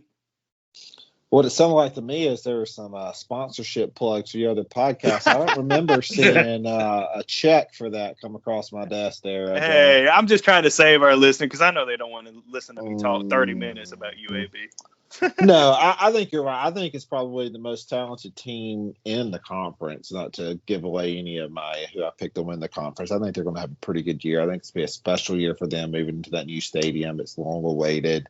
It's going to do great things for the city of Birmingham. That schedule's tough. Luckily, they do get FAU at home. I think that'll be big, and I think you're right. I think it will come to that UTSA game. But, I'm with you. I think they go over that number. I think it'll be a pretty good year for them.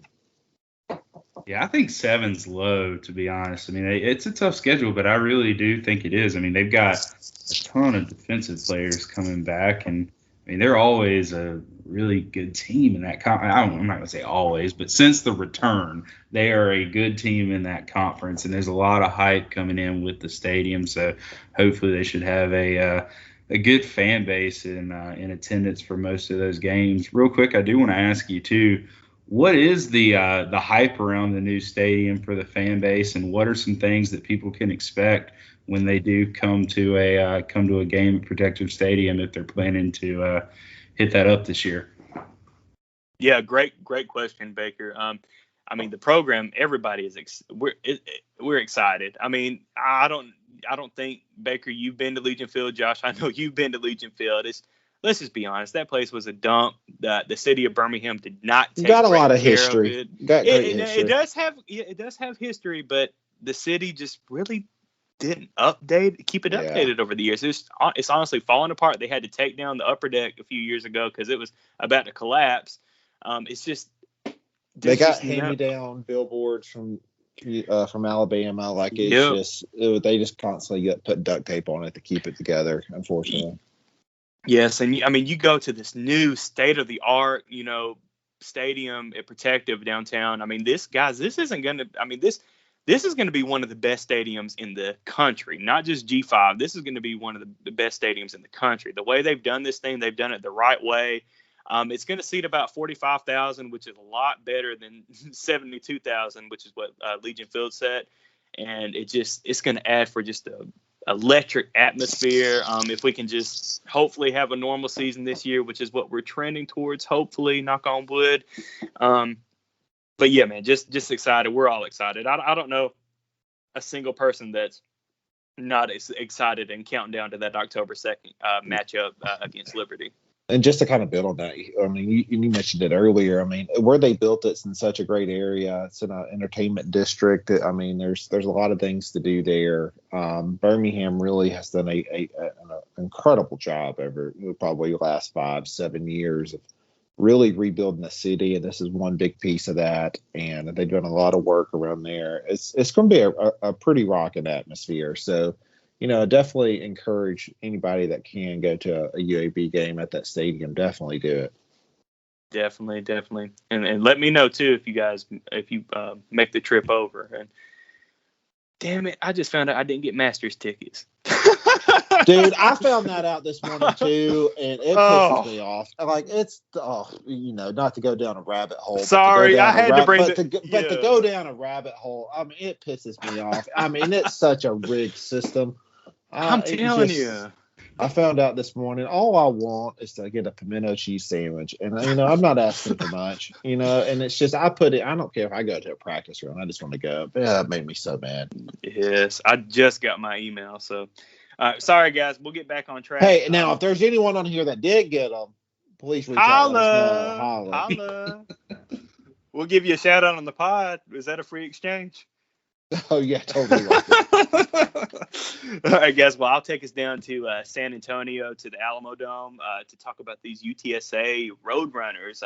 Finished second in Conference USA West last year, 7-5 overall, 5-2 in conference play. Jeff Traylor, just what a hell of a job he did last year. His first year with the Roadrunners, just complete 180 for that program. And I know, the guys down at the Alamo Dome Audible. My buddy Jared, they're definitely excited about this football season, which, this fan base should. UTSA, I mean, the West, and we'll get down to our predictions later, but it's going to come down between UTSA and UAB. I mean, both of these programs are just trending, in the right direction.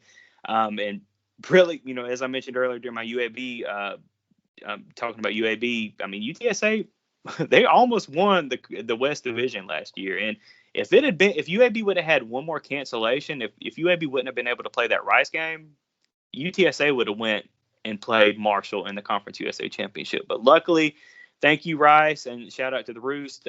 Thank you guys for playing us and letting us get that W so we can go to the Conference USA Championship. But you look at recruiting. They have the number one recruiting class in 2021 so far, just killing it on the recruiting trail. Offense last year averaged 415 yards per game, 215 on the ground, and 200 passing. They've got 10 guys coming back this year on the offensive side of the ball. Now, at quarterback, Frank Harris, the junior, he returns. He was 159 of 250 passing for 1,600 yards, 12 touchdowns, and 6 interceptions. But don't forget about Luel Narcisse, the junior, former LSU guy. Unfortunately, he got hurt against Army. But, he was 35 of 56 for 417 yards and 3 touchdowns and 0 interceptions. I still think Frank Harris is the guy, and he's going to get the starting nod. But Narcisse, he's good. And even behind him, Josh Atkins, he threw the ball for 207 yards and a touchdown in just 5 games. But unfortunately, he broke his collarbone at UAB. So unfortunately, just this whole quarterback unit's just, injuries. Frank Harris also got hurt last year. So all 3 of those guys are good and, really good and talented. But unfortunately, all 3 of them have had serious injuries. Now, running back, they've got the best. As a UAB guy, it's hard to say this because I really believe in Dewayne Mcbride, and I think he's going to be one of the best in the conference. But right now, Sincere McCormick is the best running back in this conference. Last year, 249 rushes for over 1,400 yards and 11 touchdowns. Just Sincere McCormick. This offense really just rolls with Sincere McCormick. Now, they do need somebody who's going to, step up behind him and help carry the load because Sincere McCormick, carried the ball a lot last year, and they really just relied on him heavily. Now, one of those guys could be either Brandon Brady or BJ Daniels. Maybe one of them can step up and, lighten the load for McCormick. But just Sincere McCormick is a beast, and Conference USA fans know that he's a beast. But like I said, he's going to be one of the top running backs in Conference USA this year. Now, at the wide receiving position, they lose Brennan Dingle, but Zachary Franklin returns. He had 49 catches for 694 yards and 7 touchdowns last year. Joshua Cephas, 58 catches for 547 yards and 5 touchdowns. Both Franklin and Cephas are going to be on the outside. And then you've got Sheldon Jones at the slot receiver, just really talented in the receiver. Now, Jeff Traylor, he loves his tight ends. So you got, Alan Horace II, Miles Benning, Oscar Cardenas, redshirt freshman. They're going to be really talented at the tight end. Now, the offensive line, they've got all 5 starters coming back this year. So that's going to help lead Sincere McCormick. So, they had 3 offensive linemen that were all Conference USA last year. So just really top offensive line. They're going to be right up there with UAB. And I believe I mistakenly said earlier that Marshall is going to have one of the top offensive lines. I believe I meant that UAB and UTSA are going to have the 2 top offensive lines in Conference USA at least. And outside of the starters, they've also got 9. They've got 9 guys total that have starting experience coming back this year on the offensive line. So just really talented. So basically, this just means expect great things out of Sincere McCormick again. So they just need somebody behind him to help just take some carries off his back and give him a little lighten his load. Give him a breather every once in a while. Defensive side of the ball, all 11 guys return. Last year, 2020, they gave up 383 yards per game, 162 on the ground, and 221 through the air. Just really talented defensive line. These guys are deep on the defensive line. Not as deep as UAB, I believe, but really deep. They only lose nose guard Kevin Nelson, but just expect good things out of Jalen Haynes. Hopefully a healthy Jalen Haynes this year, senior. For the Roadrunners. Lorenzo Dantzler, the defensive end, had 31 tackles, 4.5 tackles for loss, and 7 quarterback hurries. He's back. They also add Brandon Brown from Tulane and Ronald Triplett from Kansas State to the defensive line, so just adding more talent. Linebackers, this is the top unit in Conference USA for linebackers. They're led by Trevor Harmonson, 73 tackles and 8 tackles for loss last year. Jamal Ligon, freshman, he set the school record with 19 tackles against Middle Tennessee last year and had 72 total tackles last year and 3.5 tackles for loss. Just deep in the linebacker. Like I said, top unit in Conference USA for sure. In the secondary, going back to 2019 season, UTSA really got exposed in their secondary. But I will say last year, they did a lot better job in the secondary because that honestly was the question mark going into the 2020 season was the UTSA secondary for their defense.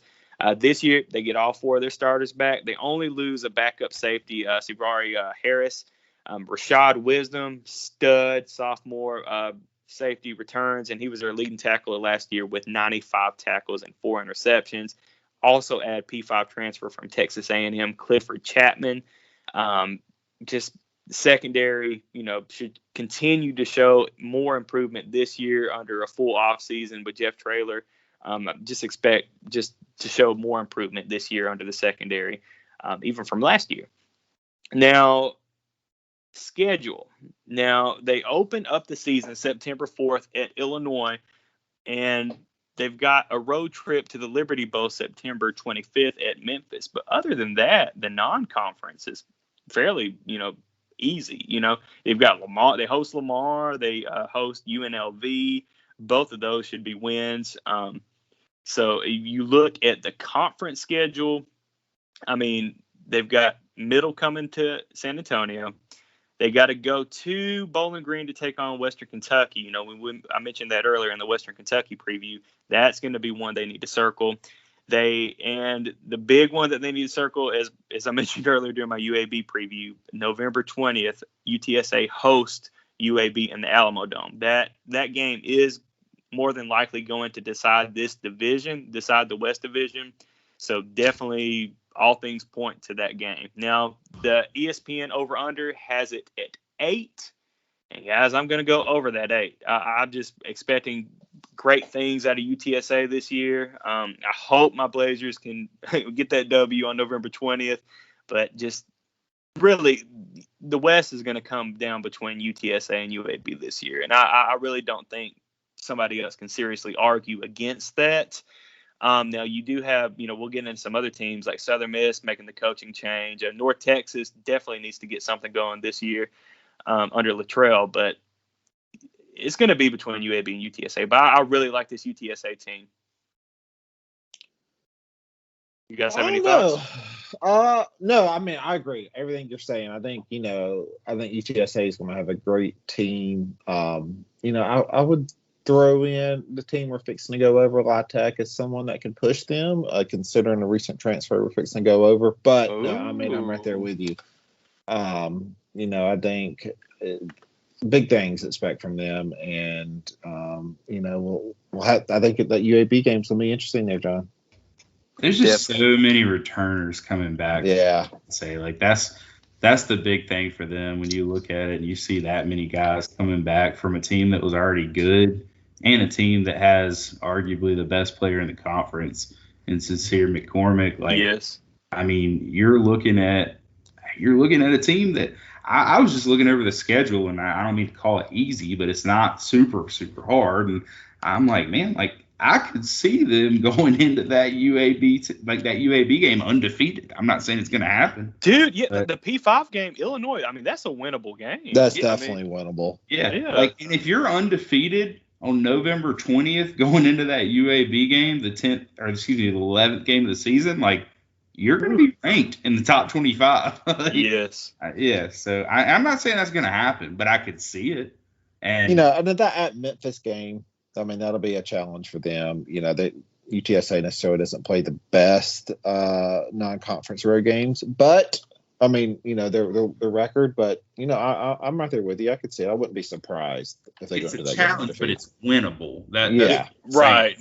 Yeah, they're not projected to be the same Memphis that they've been in the past. Sure, yeah. This season. So, yeah.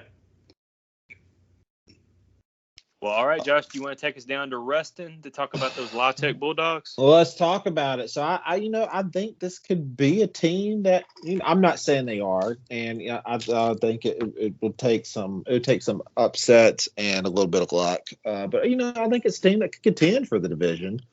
This is Skip Holt's 9th year.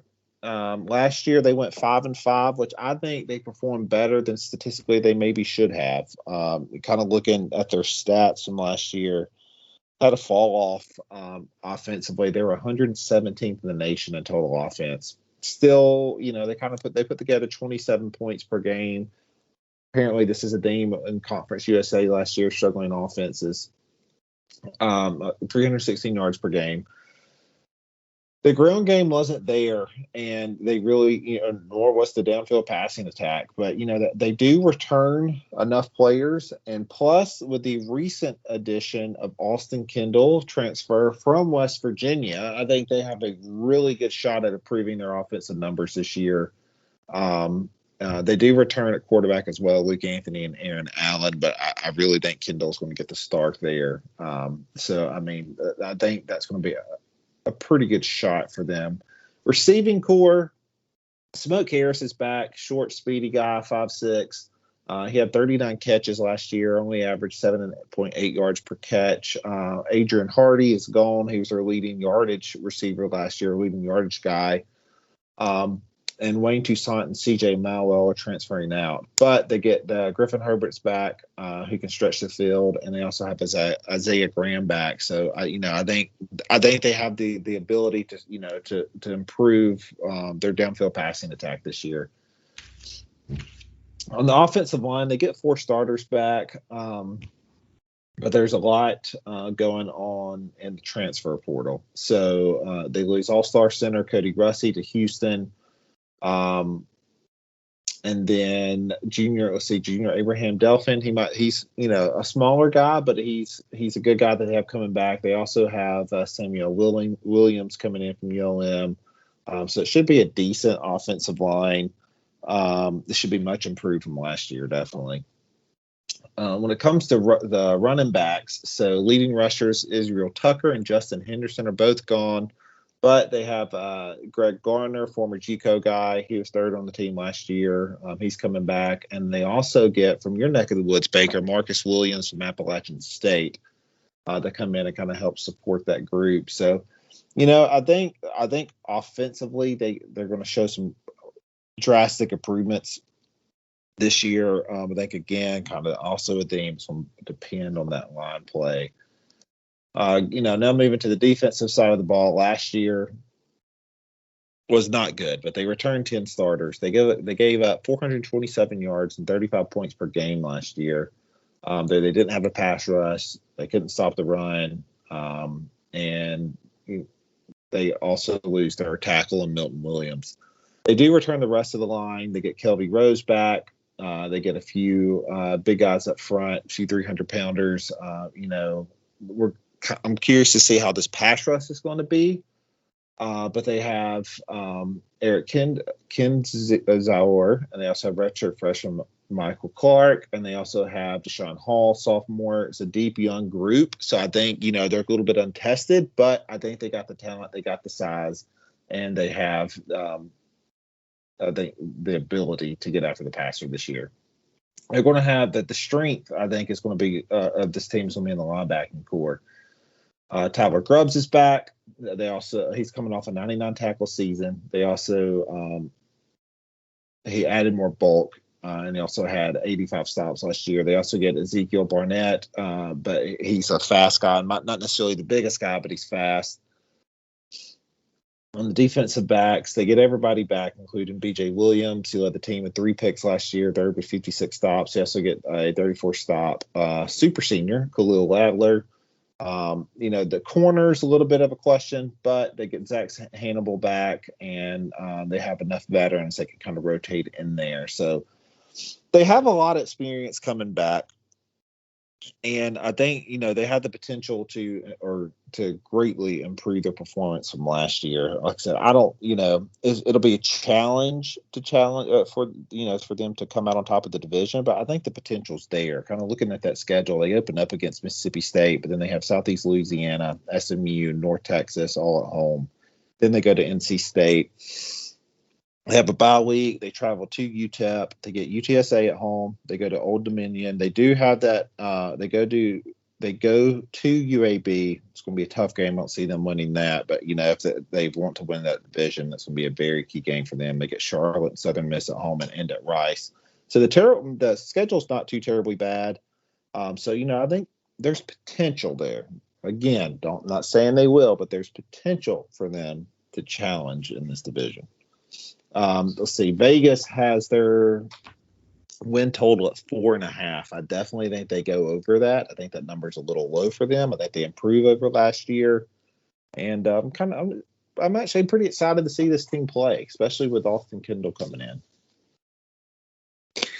Yeah, and you look at that first conference game, September 25th, when they played North Texas at home. I mean, that really is going to be a huge game for both of those teams.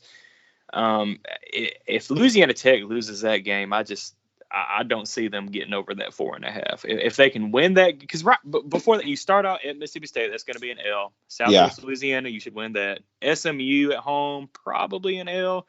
But if you lose North Texas, I mean, after that, you got to go to NC State. I mean, that's just kind of spiraling out of control. Now, yeah, October 16th, you do get UTEP at UTEP, mind you, but I don't know. I mean, Skip Holtz, it really, I kind of agree with you, Josh. It's kind of hard to see Skip Holtz losing, are not winning more than 4.5 games. I mean, you're just looking at what he's done at Tech. Let's look. I think UTEP's a win. I think Old Dominion's a win. I think Charlotte's a win. I think Rice is a win. So that's what, 1, 2. You know, so I think in Southern Miss at home on a Friday night, it's a win. That's 5 games right there. I see Charlotte, Rice, and Southern Miss all as, they could go either way. That's because I'm really high on Southern Miss and Rice this year. So I see those as toss-ups. Interesting. Really. All right. Yeah. So, but yeah, I mean, when I first saw the 4.5 for La Tech, I said, man, that can't be right. I had to double check. But yeah, when you look at that schedule, I guess that is kind of right. I mean, I don't know. I think they easily pass that. Now, I mean, the season will tell, but I think I kind of like this team. I mean, there's some inexperience and definitely some question marks, but I think they're going to turn some heads. Hey, getting that P5 transfer at quarterback, that's going to help out a lot. And I mean, behind him, you do have Luke Anthony, who is, he's a senior. He's had, playing time. But yeah, getting that P5 transfer helps out a lot. So, and you also made our Louisiana Tech fans at Go Tech Please Don't Die. Check them out if you're a Louisiana Tech fan. Their podcast, you definitely made them happy, giving them that hope. Listen, I don't know. There's just something about it this year. I think there's I think the defense could be one of the best that he's had. Like I said, there's questions, but I don't know. I'm going to stick by him. Nice. Well, Baker, do you have North Texas? I do. Yes. Well, take us down to Denton and tell us what Luttrell has to do this year. Hey, we'll go on over to Denton here and see what we got. So, we're returning from a 4-6 season last year, 3-4 in Conference USA. It actually saw the Mean Green head to a bowl game, believe it or not, even though they did have a losing record. But that's how the wacky COVID season went. So looking at their offense this year, they're returning 8 starters, and they're led mostly by 13 preseason all-conference member DeAndre Torrey and center Manas Mose, excuse me if I mispronounced that. And DeAndre Torrey, by the way, as far as his position, he's kind of an all-purpose guy, does a little bit of everything. They were the first-ranked offense in Conference USA in 2020. They were the top passing offense and the top rushing offense, as well as you would guess, the top scoring offense, all in the conference last year. So big-time offensive production, but as you'll see in a moment, not so much on the other side of the ball, which is what hurt them. They lost a lot of productivity at the receiver, including the program's all-time leading receiver, or best receiver, if you will, Jaden Darden. But they do have some experienced options coming back. Deontay Simpson, he averages about 20.7 yards per catch at this point. So he's set to have another big year, you would imagine. They also have 4 or 5 starters returning on the offensive line this year, so should see a stout performance on the line again. Top 2 rushers are also returning, so as long as you can keep up that production, which it looks like they're set to do, you get the defense to work for you, and you never know. Austin Awney will compete with UNC transfer Jace Rudder for the starting spot. at the quarterback position this year. So not sure who's going to pull that one out, but you do have both of those in the mix. As far as the defense goes, they're returning 9 starters. The defense, like I mentioned, it was pretty rough. It was 13th ranked across the board, just like the offense was first across the board and everything in conference. The defense was 13th ranked across the board in conference. They're led by preseason all-conference defensive lineman Dion Noville. The defense is taken over by veteran defensive coordinator Phil Bennett, and you might remember Bennett. He's had all kinds of stops, but he's been with Baylor. That's one of the more notable stops that I recall him from there when Baylor was kind of in their winning ways in their heyday. Bennett is looking to change the defense to a 4-man front from what they're saying here. Their defense is hoping to find more disruptive defenders up front to complement Dion Noville, because right now he's kind of looking to be a one-man show. So they're hoping that they can get him a little bit of help up there. The Mean Green will need to improve on the defense to stand a chance this year, I would say. Otherwise, that offense is going to struggle to keep them solely afloat. But Luttrell does always have a good offense, so continue to see how far they can take them. I'd say if he can't get that defense going, then Luttrell could end up on the hot seat this year as well, just because, again, he's really struggled to find that of late. The schedule's also pretty tough, especially in the first half of the season, so we'll see how they start off there. As far as their non-conference opponents, they're going to face Northwestern State and Liberty at home in Denton, and then they're going to go on the road to SMU and Missouri. So also, tough opponents there on the road. ESPN has the over-under at 4, and when I looked at the schedule, I said that was a pretty good number for them. But if I did have to lean one way, I would probably go under just because of how tough that schedule is. Looking at the conference schedule there, they're going to start off the season against UAB in Denton on September the 18th. So right off the bat, that's a tough game that you're mixing in with your non-conference schedule. And then your second conference game on October the 16th is against Marshall. So again, between that and second conference game is at Louisiana Tech, and then you've got Marshall. But Louisiana Tech is not an easy game either. So you talk about those 4 non-conference games that I mentioned, then you throw in Louisiana Tech and Marshall, you're looking at October the 30th before you play a Rice team that's a winnable game outside of that non-conference game against Northwestern State. So it's a really gauntlet of a first half of the schedule from what I would say there. But a lot of guys returning, and definitely a lot of opportunity for growth there on the defense. So we'll see what happens. Yeah, definitely. And they just need to get something out of their defense. I mean, just get some stops. Like, you don't have to be the best defense in the conference, but you have to show a pulse. Like, you have to do something. Like the last couple of years have just been ugly with the North Texas defense, just especially, 19 last year and then 2019, just not doing anything at all on the defensive side of the ball. Like, opponents pretty much scoring at will, moving the ball at will. Just need to show a pulse. Just need to get just a couple stops per game. But you look at that schedule and you look at the over-under at 4. I mean, honestly, I think that's dead on, right, for them, 4 games. But I'm going to go back kind of what, the Louisiana Tech, that September 25th matchup at Louisiana Tech is going to be a make or break for this team, as well as I think it is a make or break for Louisiana Tech. You open the conference late, like you just mentioned, Baker, hosting UAB, more than likely that's going to be an L. And SMU more than likely going to be an L. So if you're 1-2 coming into that game at Ruston, if you lose that, then I mean it's pretty much going to fall off the rails, I think. And then you go Mizzou, Marshall, Liberty, right? Yeah. There ain't no chance there. Yeah. No. Yeah. So, yeah, hopefully Luttrell can get it fixed. And it's just so crazy thinking about, how Seth Luttrell just a few years ago when he was in the running for that Kansas State job. I mean, you bet he's biting, kicking himself now that he didn't get that job, because he's definitely on the hot seat now if they don't get things going in the right direction, especially on the defensive side of the ball in Denton.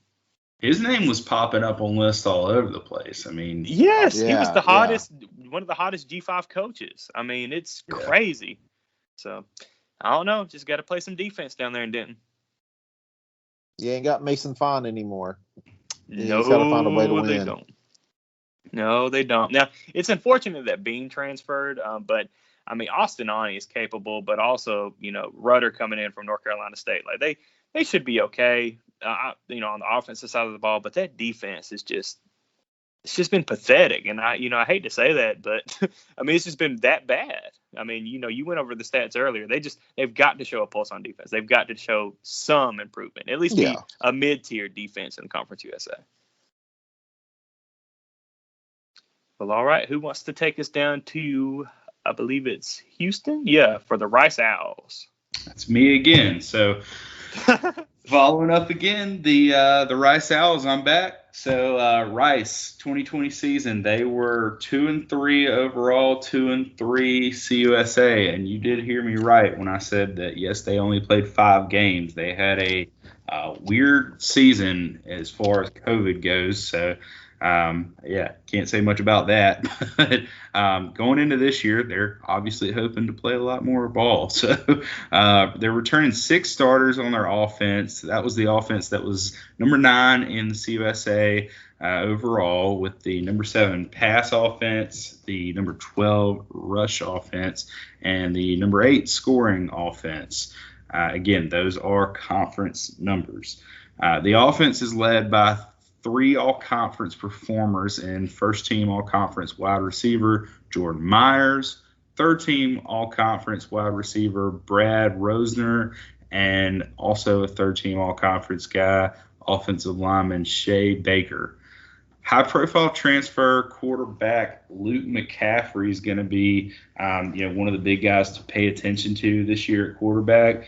McCaffrey's kind of an interesting guy. It's going to be, something I guess that we're going to pay attention to see if he's really going to win the job, because a lot of people would have thought automatically he'd be the guy, but he didn't work out at Nebraska. He went to Louisville and didn't even make it through the offseason before he transferred. So we haven't seen a lot of him on the field. So you wonder, is he really that good? But and for those that don't know, he is brother of Christian McCaffrey. Yeah, that's where I was going next. He is the brother of Christian McCaffrey, so he's got to have some athleticism. That was my next statement. So we'll see what goes on there, but he's going to compete against Jake Constantine, who actually had 23 starts as quarterback at Weber State, as well as Giovanni Johnson, who started the final 2 games of last season for the Owls. So, definitely some different routes for those 3 guys. So we'll see who actually wins it out.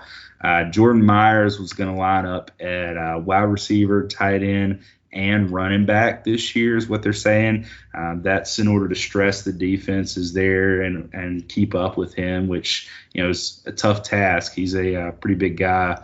Also look for Bradley Rosner to be a huge contributor. He had the best stats in 2019 for a Rice first-year receiver since Rice actually began recording stats back in 1951. So he's a big-time performer, and it'll be interesting to see what they can get out of him. Receiving core is pretty deep and productive, like you would, kind of expect from some of these guys that I'm mentioning here. So they should be able to, really capitalize on that if they can find a guy to sling the old rock around. And they also have a pretty deep offensive line. So expect some good things out of that offense this year. As far as the defense goes, they're returning 8 starters there, and it was the 3rd-ranked defense in 2020 in the conference. They were the 4th-ranked rushing defense, 6th-ranked passing defense, and the 8th-ranked scoring defense. So still not a bad defense. They're led by second-team preseason all-conference defensive lineman DeBraylon Carroll. Linebackers are going to face a big task in replacing Blaze Ulrich. He was huge guy for them last year and really the past few seasons, but he transferred off to Mizzou, so they're looking to replace him there and seeing what they can find. Generally, they're expected to line up in nickel packages this year, so that's more or less the the format that you'll see them in. Special teams, I will point out that punt returner Jake Bailey is preseason third team all conference, so he is productive there. If the Owls can find a starting quarterback, I think they'll have a decent team. But if that's said, if they can't find the guy and they're constantly going back and forth, it may be tough. But they do have a pretty difficult schedule that they're looking at. I will say that. Non-conference schedule, they've got Arkansas, Houston, Texas, and Texas Southern.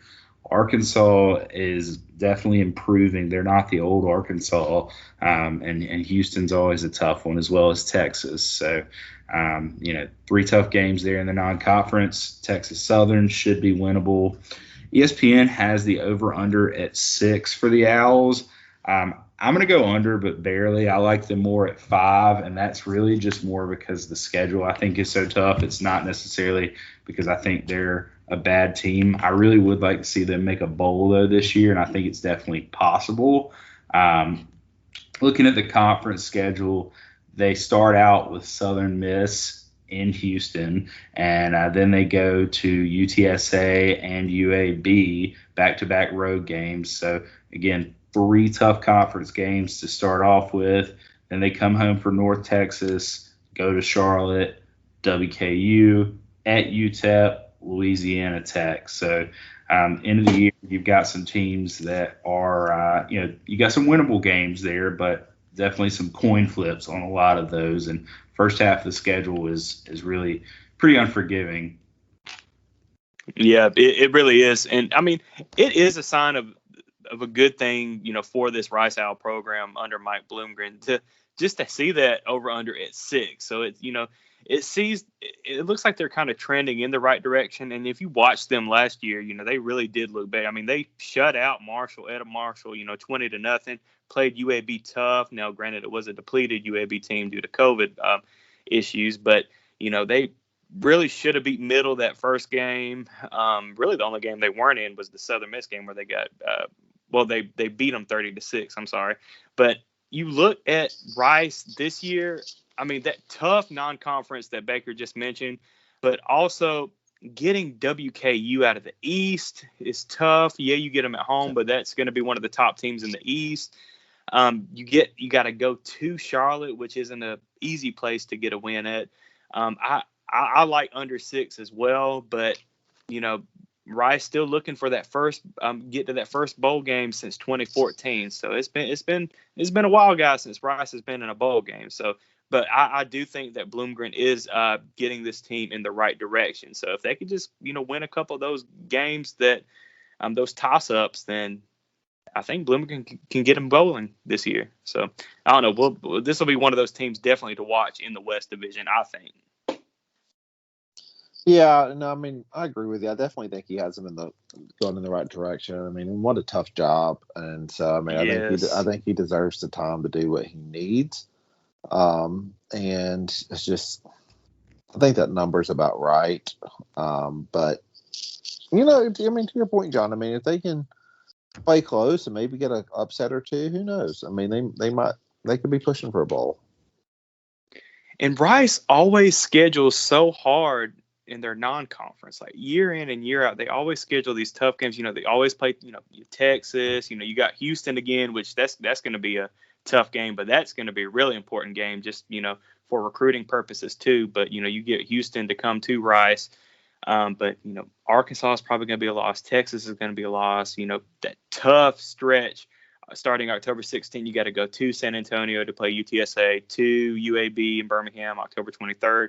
And then come home to play North Texas. But I don't know. This is going to be one of those teams to watch for sure in the West. But, guys, I think I have the last 2 teams based off of last year's standings, Southern Miss and UTEP. So I'll go ahead and take us away to Hattiesburg, Mississippi, where the Southern Miss Golden Eagles finished 2-4 in conference play last year, 3-7 overall. they just a total mess last year for Southern Miss. I mean, you go through 3 coaches, just really odd year, but I do think they made the right decision in hiring Will Hall, who was the offensive coordinator at Tulane. This is going to be his first year.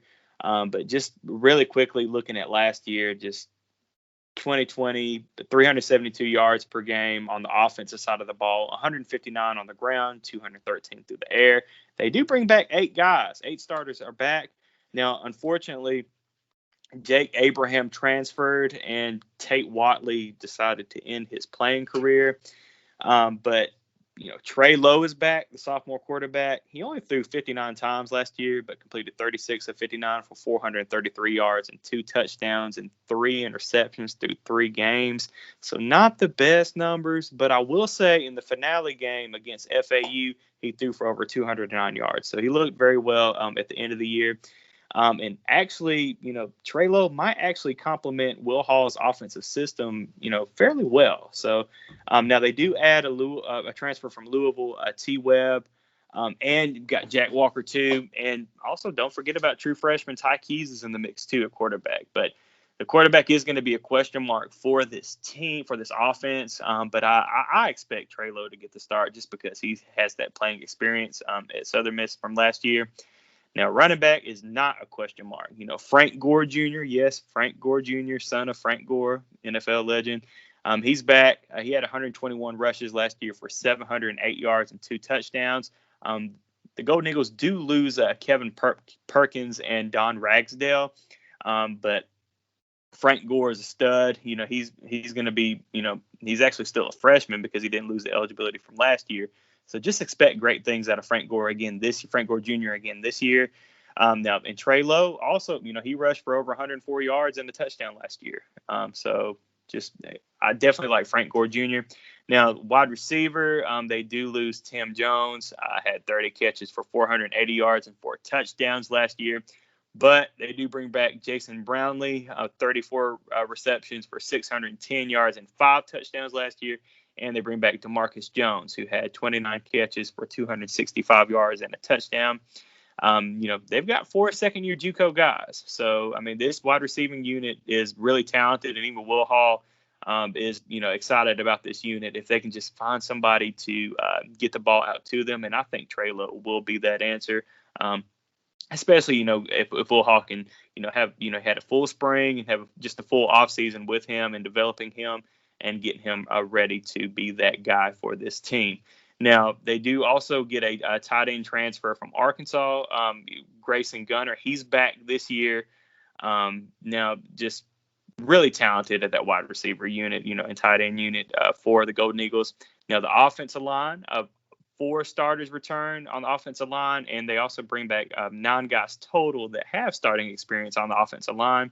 Right tackle Arvin Fletcher, he started at 4 different positions. So I believe Phil Steele expects him to move to the center position this year, which, I kind of agree with that, especially since they do lose their center, Trace Clopton. So just expect, Fletcher to kind of step in and show production there.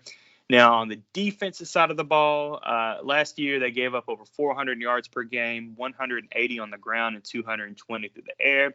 Now, I will say, before the year, the Golden Eagles had 3 starters that opted out of the season, which we saw all around the country. So overall, expect better things out of this Golden Eagle defense this year. Last year, was kind of a fluke, losing those 3 starters and that experience, and just honestly, going through 3 coaches.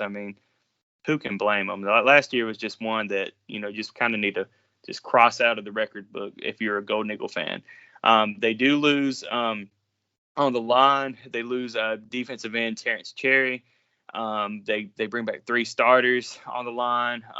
And I remember last year, just looking at that first game, watching it, against South Alabama, that defensive line got pushed around bad that game. And honestly, that led to the demise, of the coaching staff, and, going through those 3 coaches. But the defensive line obviously was inexperienced last year, and they gave up over 180 rushing yards, and 16 sacks last year. They only got they only gave up 180, or they gave up 180 rushing yards, which is not good, and they only got 16 sacks throughout the whole year. Now, they do add some P5 depth. They add Virginia Tech transfer Deshaun Crawford and Memphis transfer Everett Cunningham. So expect some improvement on the defensive line and expect improvement overall on the defensive side of the ball for this Golden Eagle team. Now, the linebacker, this is the deepest unit on the defense. Hayes Maples, the leading tackler, had 91 tackles and 7.5 tackles for loss last year. He was second team All-Conference USA last year. He's back. Rakeem Booth, he opted out last year, but he's back again this year. Santrell Latham Jr. had 49 tackles last year. He's back. And Avery Habas, sophomore, he's back at the Jack linebacker. He had 56 tackles last year. So really deep at the linebacker. In the secondary, they do lose two-time All-Conference USA safety Hamby. So it really stinks losing him. But they do have 3 starters return, including Raekwon Mitchell that actually missed last year. Now, Natron Brooks moves over from the nickelback position, and they also add a P5 transfer from Ole Miss, 2 from Ole Miss, Lacavius Daniel and Jay Stanley. So the unit should be overall more talented and more experienced this year in the secondary. Now, let's get to the schedule for Southern Miss. Now, the over-under is 5.5 from ESPN. And, guys, I'm expecting big things out of Southern Miss this year. I don't think that they'll win the West, but I think they could be up there, right behind UTSA and UAB. I'm going over the 5.5. You look at the schedule, look for that first game against South Alabama in Mobile, look for it to be a revenge game. I'm really excited to see what happens that game. But in non-conference, too, they got Grambling from FCS, Troy, another Sun Belt team, Troy. Go to Alabama September 25th, and that's going to be a loss. But I think you can get 6 wins on that schedule. Looking at conference play, they open up at Rice, which is a very winnable game. And then they've got UTEP October 9th. Then they get UAB at home. And from the East Division, they draw Middle Tennessee and FIU. So they should win both of those games. So, guys, I definitely like the Southern Miss Golden Eagles to go over that 5.5, get back to a bowl game, which, unfortunately they missed out last year. So I definitely expect good things from Will Hall in his first year at Southern Miss this year. Any thoughts on Southern Miss, guys? Me personally, yeah, I think they've got a lot coming for them. They've got a lot of guys returning, and I look at Will Hall and I just see what he's doing when I look at their social media of late, and I'm like, man, yes, yeah, that's a real positive guy that's developing a culture there. He reminds me a lot of, it's not the same thing, and it was a much tougher situation, I think, rebuild. But he reminds me of a Will Healy with what he's doing at Charlotte. Yeah. He's a very positive guy that's doing things like Club Lit to get the team to rally around a cause. And I feel like they're in it at Southern Miss, and they're kind of back on a mission. And you felt like last year they were deflated in a sense, and that's a proud program, man. It is. Oh, yeah. You don't want to see them down, and I'm like you. I feel like the schedule is fairly easy, and I like where they're headed this year. I agree. I think big upside this year. And to your point, I think Coach Hall, like you said, he's creating a culture there. He's creating a movement, a trend to a very proud program. I think trying to get them on the right direction. I'm really digging Louisiana Tech this year. I think they'll be back and forth competing for that number 3 spot in the division. Yes, and I definitely like those new uniforms that Southern Miss have too. So I know they just revealed those on social media. So just doing big. Hopefully Southern Miss can get back to the old Southern Miss. Southern Miss was one of those founding members of Conference USA. Right up there with UAB. So definitely need them to get things going in the right direction for sure. Speaking of those uniforms, no more gray numbers for the Eagles. I know that you Eagles fans were happy with that. No. Well, guys, take us to our last team in the West over down in El Paso, the UTEP Miners, where this is Dana Dimmel's 4th year with the Miners. Last year showed some improvement, going 3-5 overall, but going 0-4 in conference play. Not getting a win in conference play. The offensive side of the ball, now they do bring back all 11 starters. Last year they averaged 348 yards per game, 139 on the ground and 209 through the air.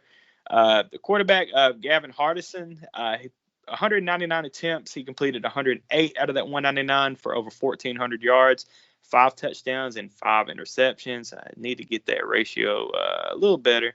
I know Phil Steele in his magazine, he calls for this to actually be one of UTEP's strongest offense in the last 10 years or so. So Hardison, he does have a strong arm. They also do add dual threat Kevin Hurley, the sophomore, to that quarterback room. So expect Hurley to kind of push Hardison, but it is Hardison's job to lose. But in the running back role, Deion Hankins, redshirt freshman, he's back, had 121 rushes for 592 yards and 9 touchdowns. Q Wadley got hurt in the first game of the year, but he's going to be back this year and was very healthy in spring practice, at least from what we heard. So expect him to be back this year.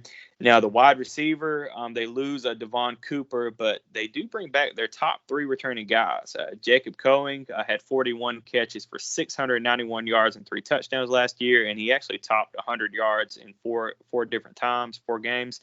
Justin Garrett, the senior's back, 38 catches for 510 yards and 3 touchdowns last year. And Walter Dawn's back. He had 20 catches for 202 yards last year. Now, the offensive line, they returned their entire offensive line. Bobby DeHaro, the left guard, junior, he got honorable mention last year in All-Conference USA. Just really looking just overall at the offense for UTEP, just really talented wide receiver unit. If they can just get consistent play out of the quarterback, especially from Hardison, who has the arm, and he's shown that he has the arm, but definitely has to do better on those interceptions for sure this year. Now, on the defensive side of the ball, the Miners last year gave up 381 yards per game, 140 on the ground, and 209 through the air. They returned 8 starters back on the defensive side of the ball. And Phil Steele also mentioned in his magazine that he thinks this is going to be Dana Dimmel's best defense that he's had at UTEP. Now, you look at the last 2 games of the year last year, they gave up 546 yards per game against UTSA and North Texas. Now, granted, both of those, really good offenses, Sincere McCormick at UTSA, and of course, North Texas had one of the best offenses in the league. Now, you look at the defensive line, the entire defensive line returns, and this was the strength of their defense last year, just getting after getting pressure on the quarterback. Defensive tackle Keenan Stewart had 34 tackles and 7 tackles for loss last year. Defensive end Praise Amawali had 7 sacks last year. You look at the linebackers last year, just linebacker unit had 1 returning starter. So that was their weakness last year. But this year, you get 2 guys back. Tyrese Knight, 54 tackles last year. They lose Stephen Forrester and Jason Van Hook. Breon Hayward, the Marshall transfer, started 1 game last year. And versus North Texas, had 16 tackles against North Texas. So really good. Expect big things out of Breon Hayward. In the secondary, they lose cornerback Deron Lowe, who actually had UTEP's only 2 interceptions last year. So they only had 2 interceptions. They also lose Broderick Harrell. But they do add a P5 transfer from Kansas State, Walter Neal, who has 18 career starts. All right, guys, so let's look at the schedule for UTEP. The over-under from ESPN is 2.5, and that's a low total for UTEP. But let's face it, Dana Dimmel really needs to try to push for a bowl game. This team hasn't been to a bowl game since 2014 from that New Mexico Bowl against Utah State. Guys, let's look at the schedule. They open up at New Mexico State. They have Bethune-Cookman at home, and then they go to Boise State. That's going to be a loss for sure. But they also get New Mexico, so they play New Mexico and New Mexico State in the non-conference. Both of those games are winnable games. Now, in conference play, they open up against ODU, which is a winnable game because really don't know what to expect with ODU, but not playing last year, you would think maybe UTEP would have the upper hand there. Now they have to go to Southern Miss, get La Tech at home, go to FAU, have UTSA at home, go to North Texas, Rice, and then they finish the season at UAB on November 27th. Now, guys, I'm actually going to go over the win total because I think, you look at the non-conference at New Mexico State and New Mexico and Bethune-Cookman, those three games right there are really games they should win, and, ODU being that fourth one. So maybe UTEP can push to try to get to 5 wins this year, but is that going to be enough for Dana Dimel to keep his job and come back a fifth year? I don't know. We all know the challenges of recruiting to El Paso, Texas for UTEP, but I like them to go over the win total for sure because I really do think that they beat Bethune-Cookman, New Mexico State, and New Mexico to get those 3 wins. But guys, do you have any thoughts on the UTEP Miners? I think they'll be much improved this year, and I think Dimmel's got to get a little bit of a break. I mean, he took over an 0-12 team when he came in, and he was hit hard with injuries. I think, to your point, he needs to push for a bowl this year. I think if he does that, I think he's fine. And looking at that schedule, I think they could be, an upset or 2 away from that bowl game. I don't think it's out of the realm of possibility with 19 starters coming back. So I don't know. I mean, I think, this is kind of like, I really considered this, after his first couple of years, when he came in, he had scholarship limitations. I really can kind of almost say this is really his 3rd or 4th year, and that's usually where you see a lot of improvement. So I think there'll be a lot of improvement for him. I always try to look at, like I talked about earlier with some of the teams, the schedule and like the first half, second half, break it down. Where's there going to be momentum? Where are you going to be able to build up some confidence? And I mean, I look at their schedule, and honestly, the first half of their schedule, I think, sets up pretty well for them. And if they can build that confidence in the first half, maybe it leads to that upset that you talk about in the second half of their schedule. And I mean, maybe that's against one of the teams that's in their home state in Texas. That's that's obviously a good thing as far as recruiting goes. But I mean, you look at the first half of that schedule, and they have some of those teams that you mentioned in New Mexico State and Bethune-Cookman, New Mexico. You got Old Dominion in the first half of the schedule. So you get a few wins there, and you build that confidence, and you never know. Definitely. Well, all right, guys, it's time to give our dark horses for each division, the East and the West. I guess I'll go ahead and kick it off. Out of the East Division, my dark horse is WKU. Surprise, surprise.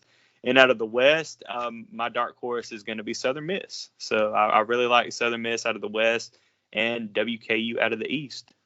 So I'm kind of along those same lines. I also picked WKU in the East. I think they got a lot coming back this year, and I think they have a good shot at pushing for that division.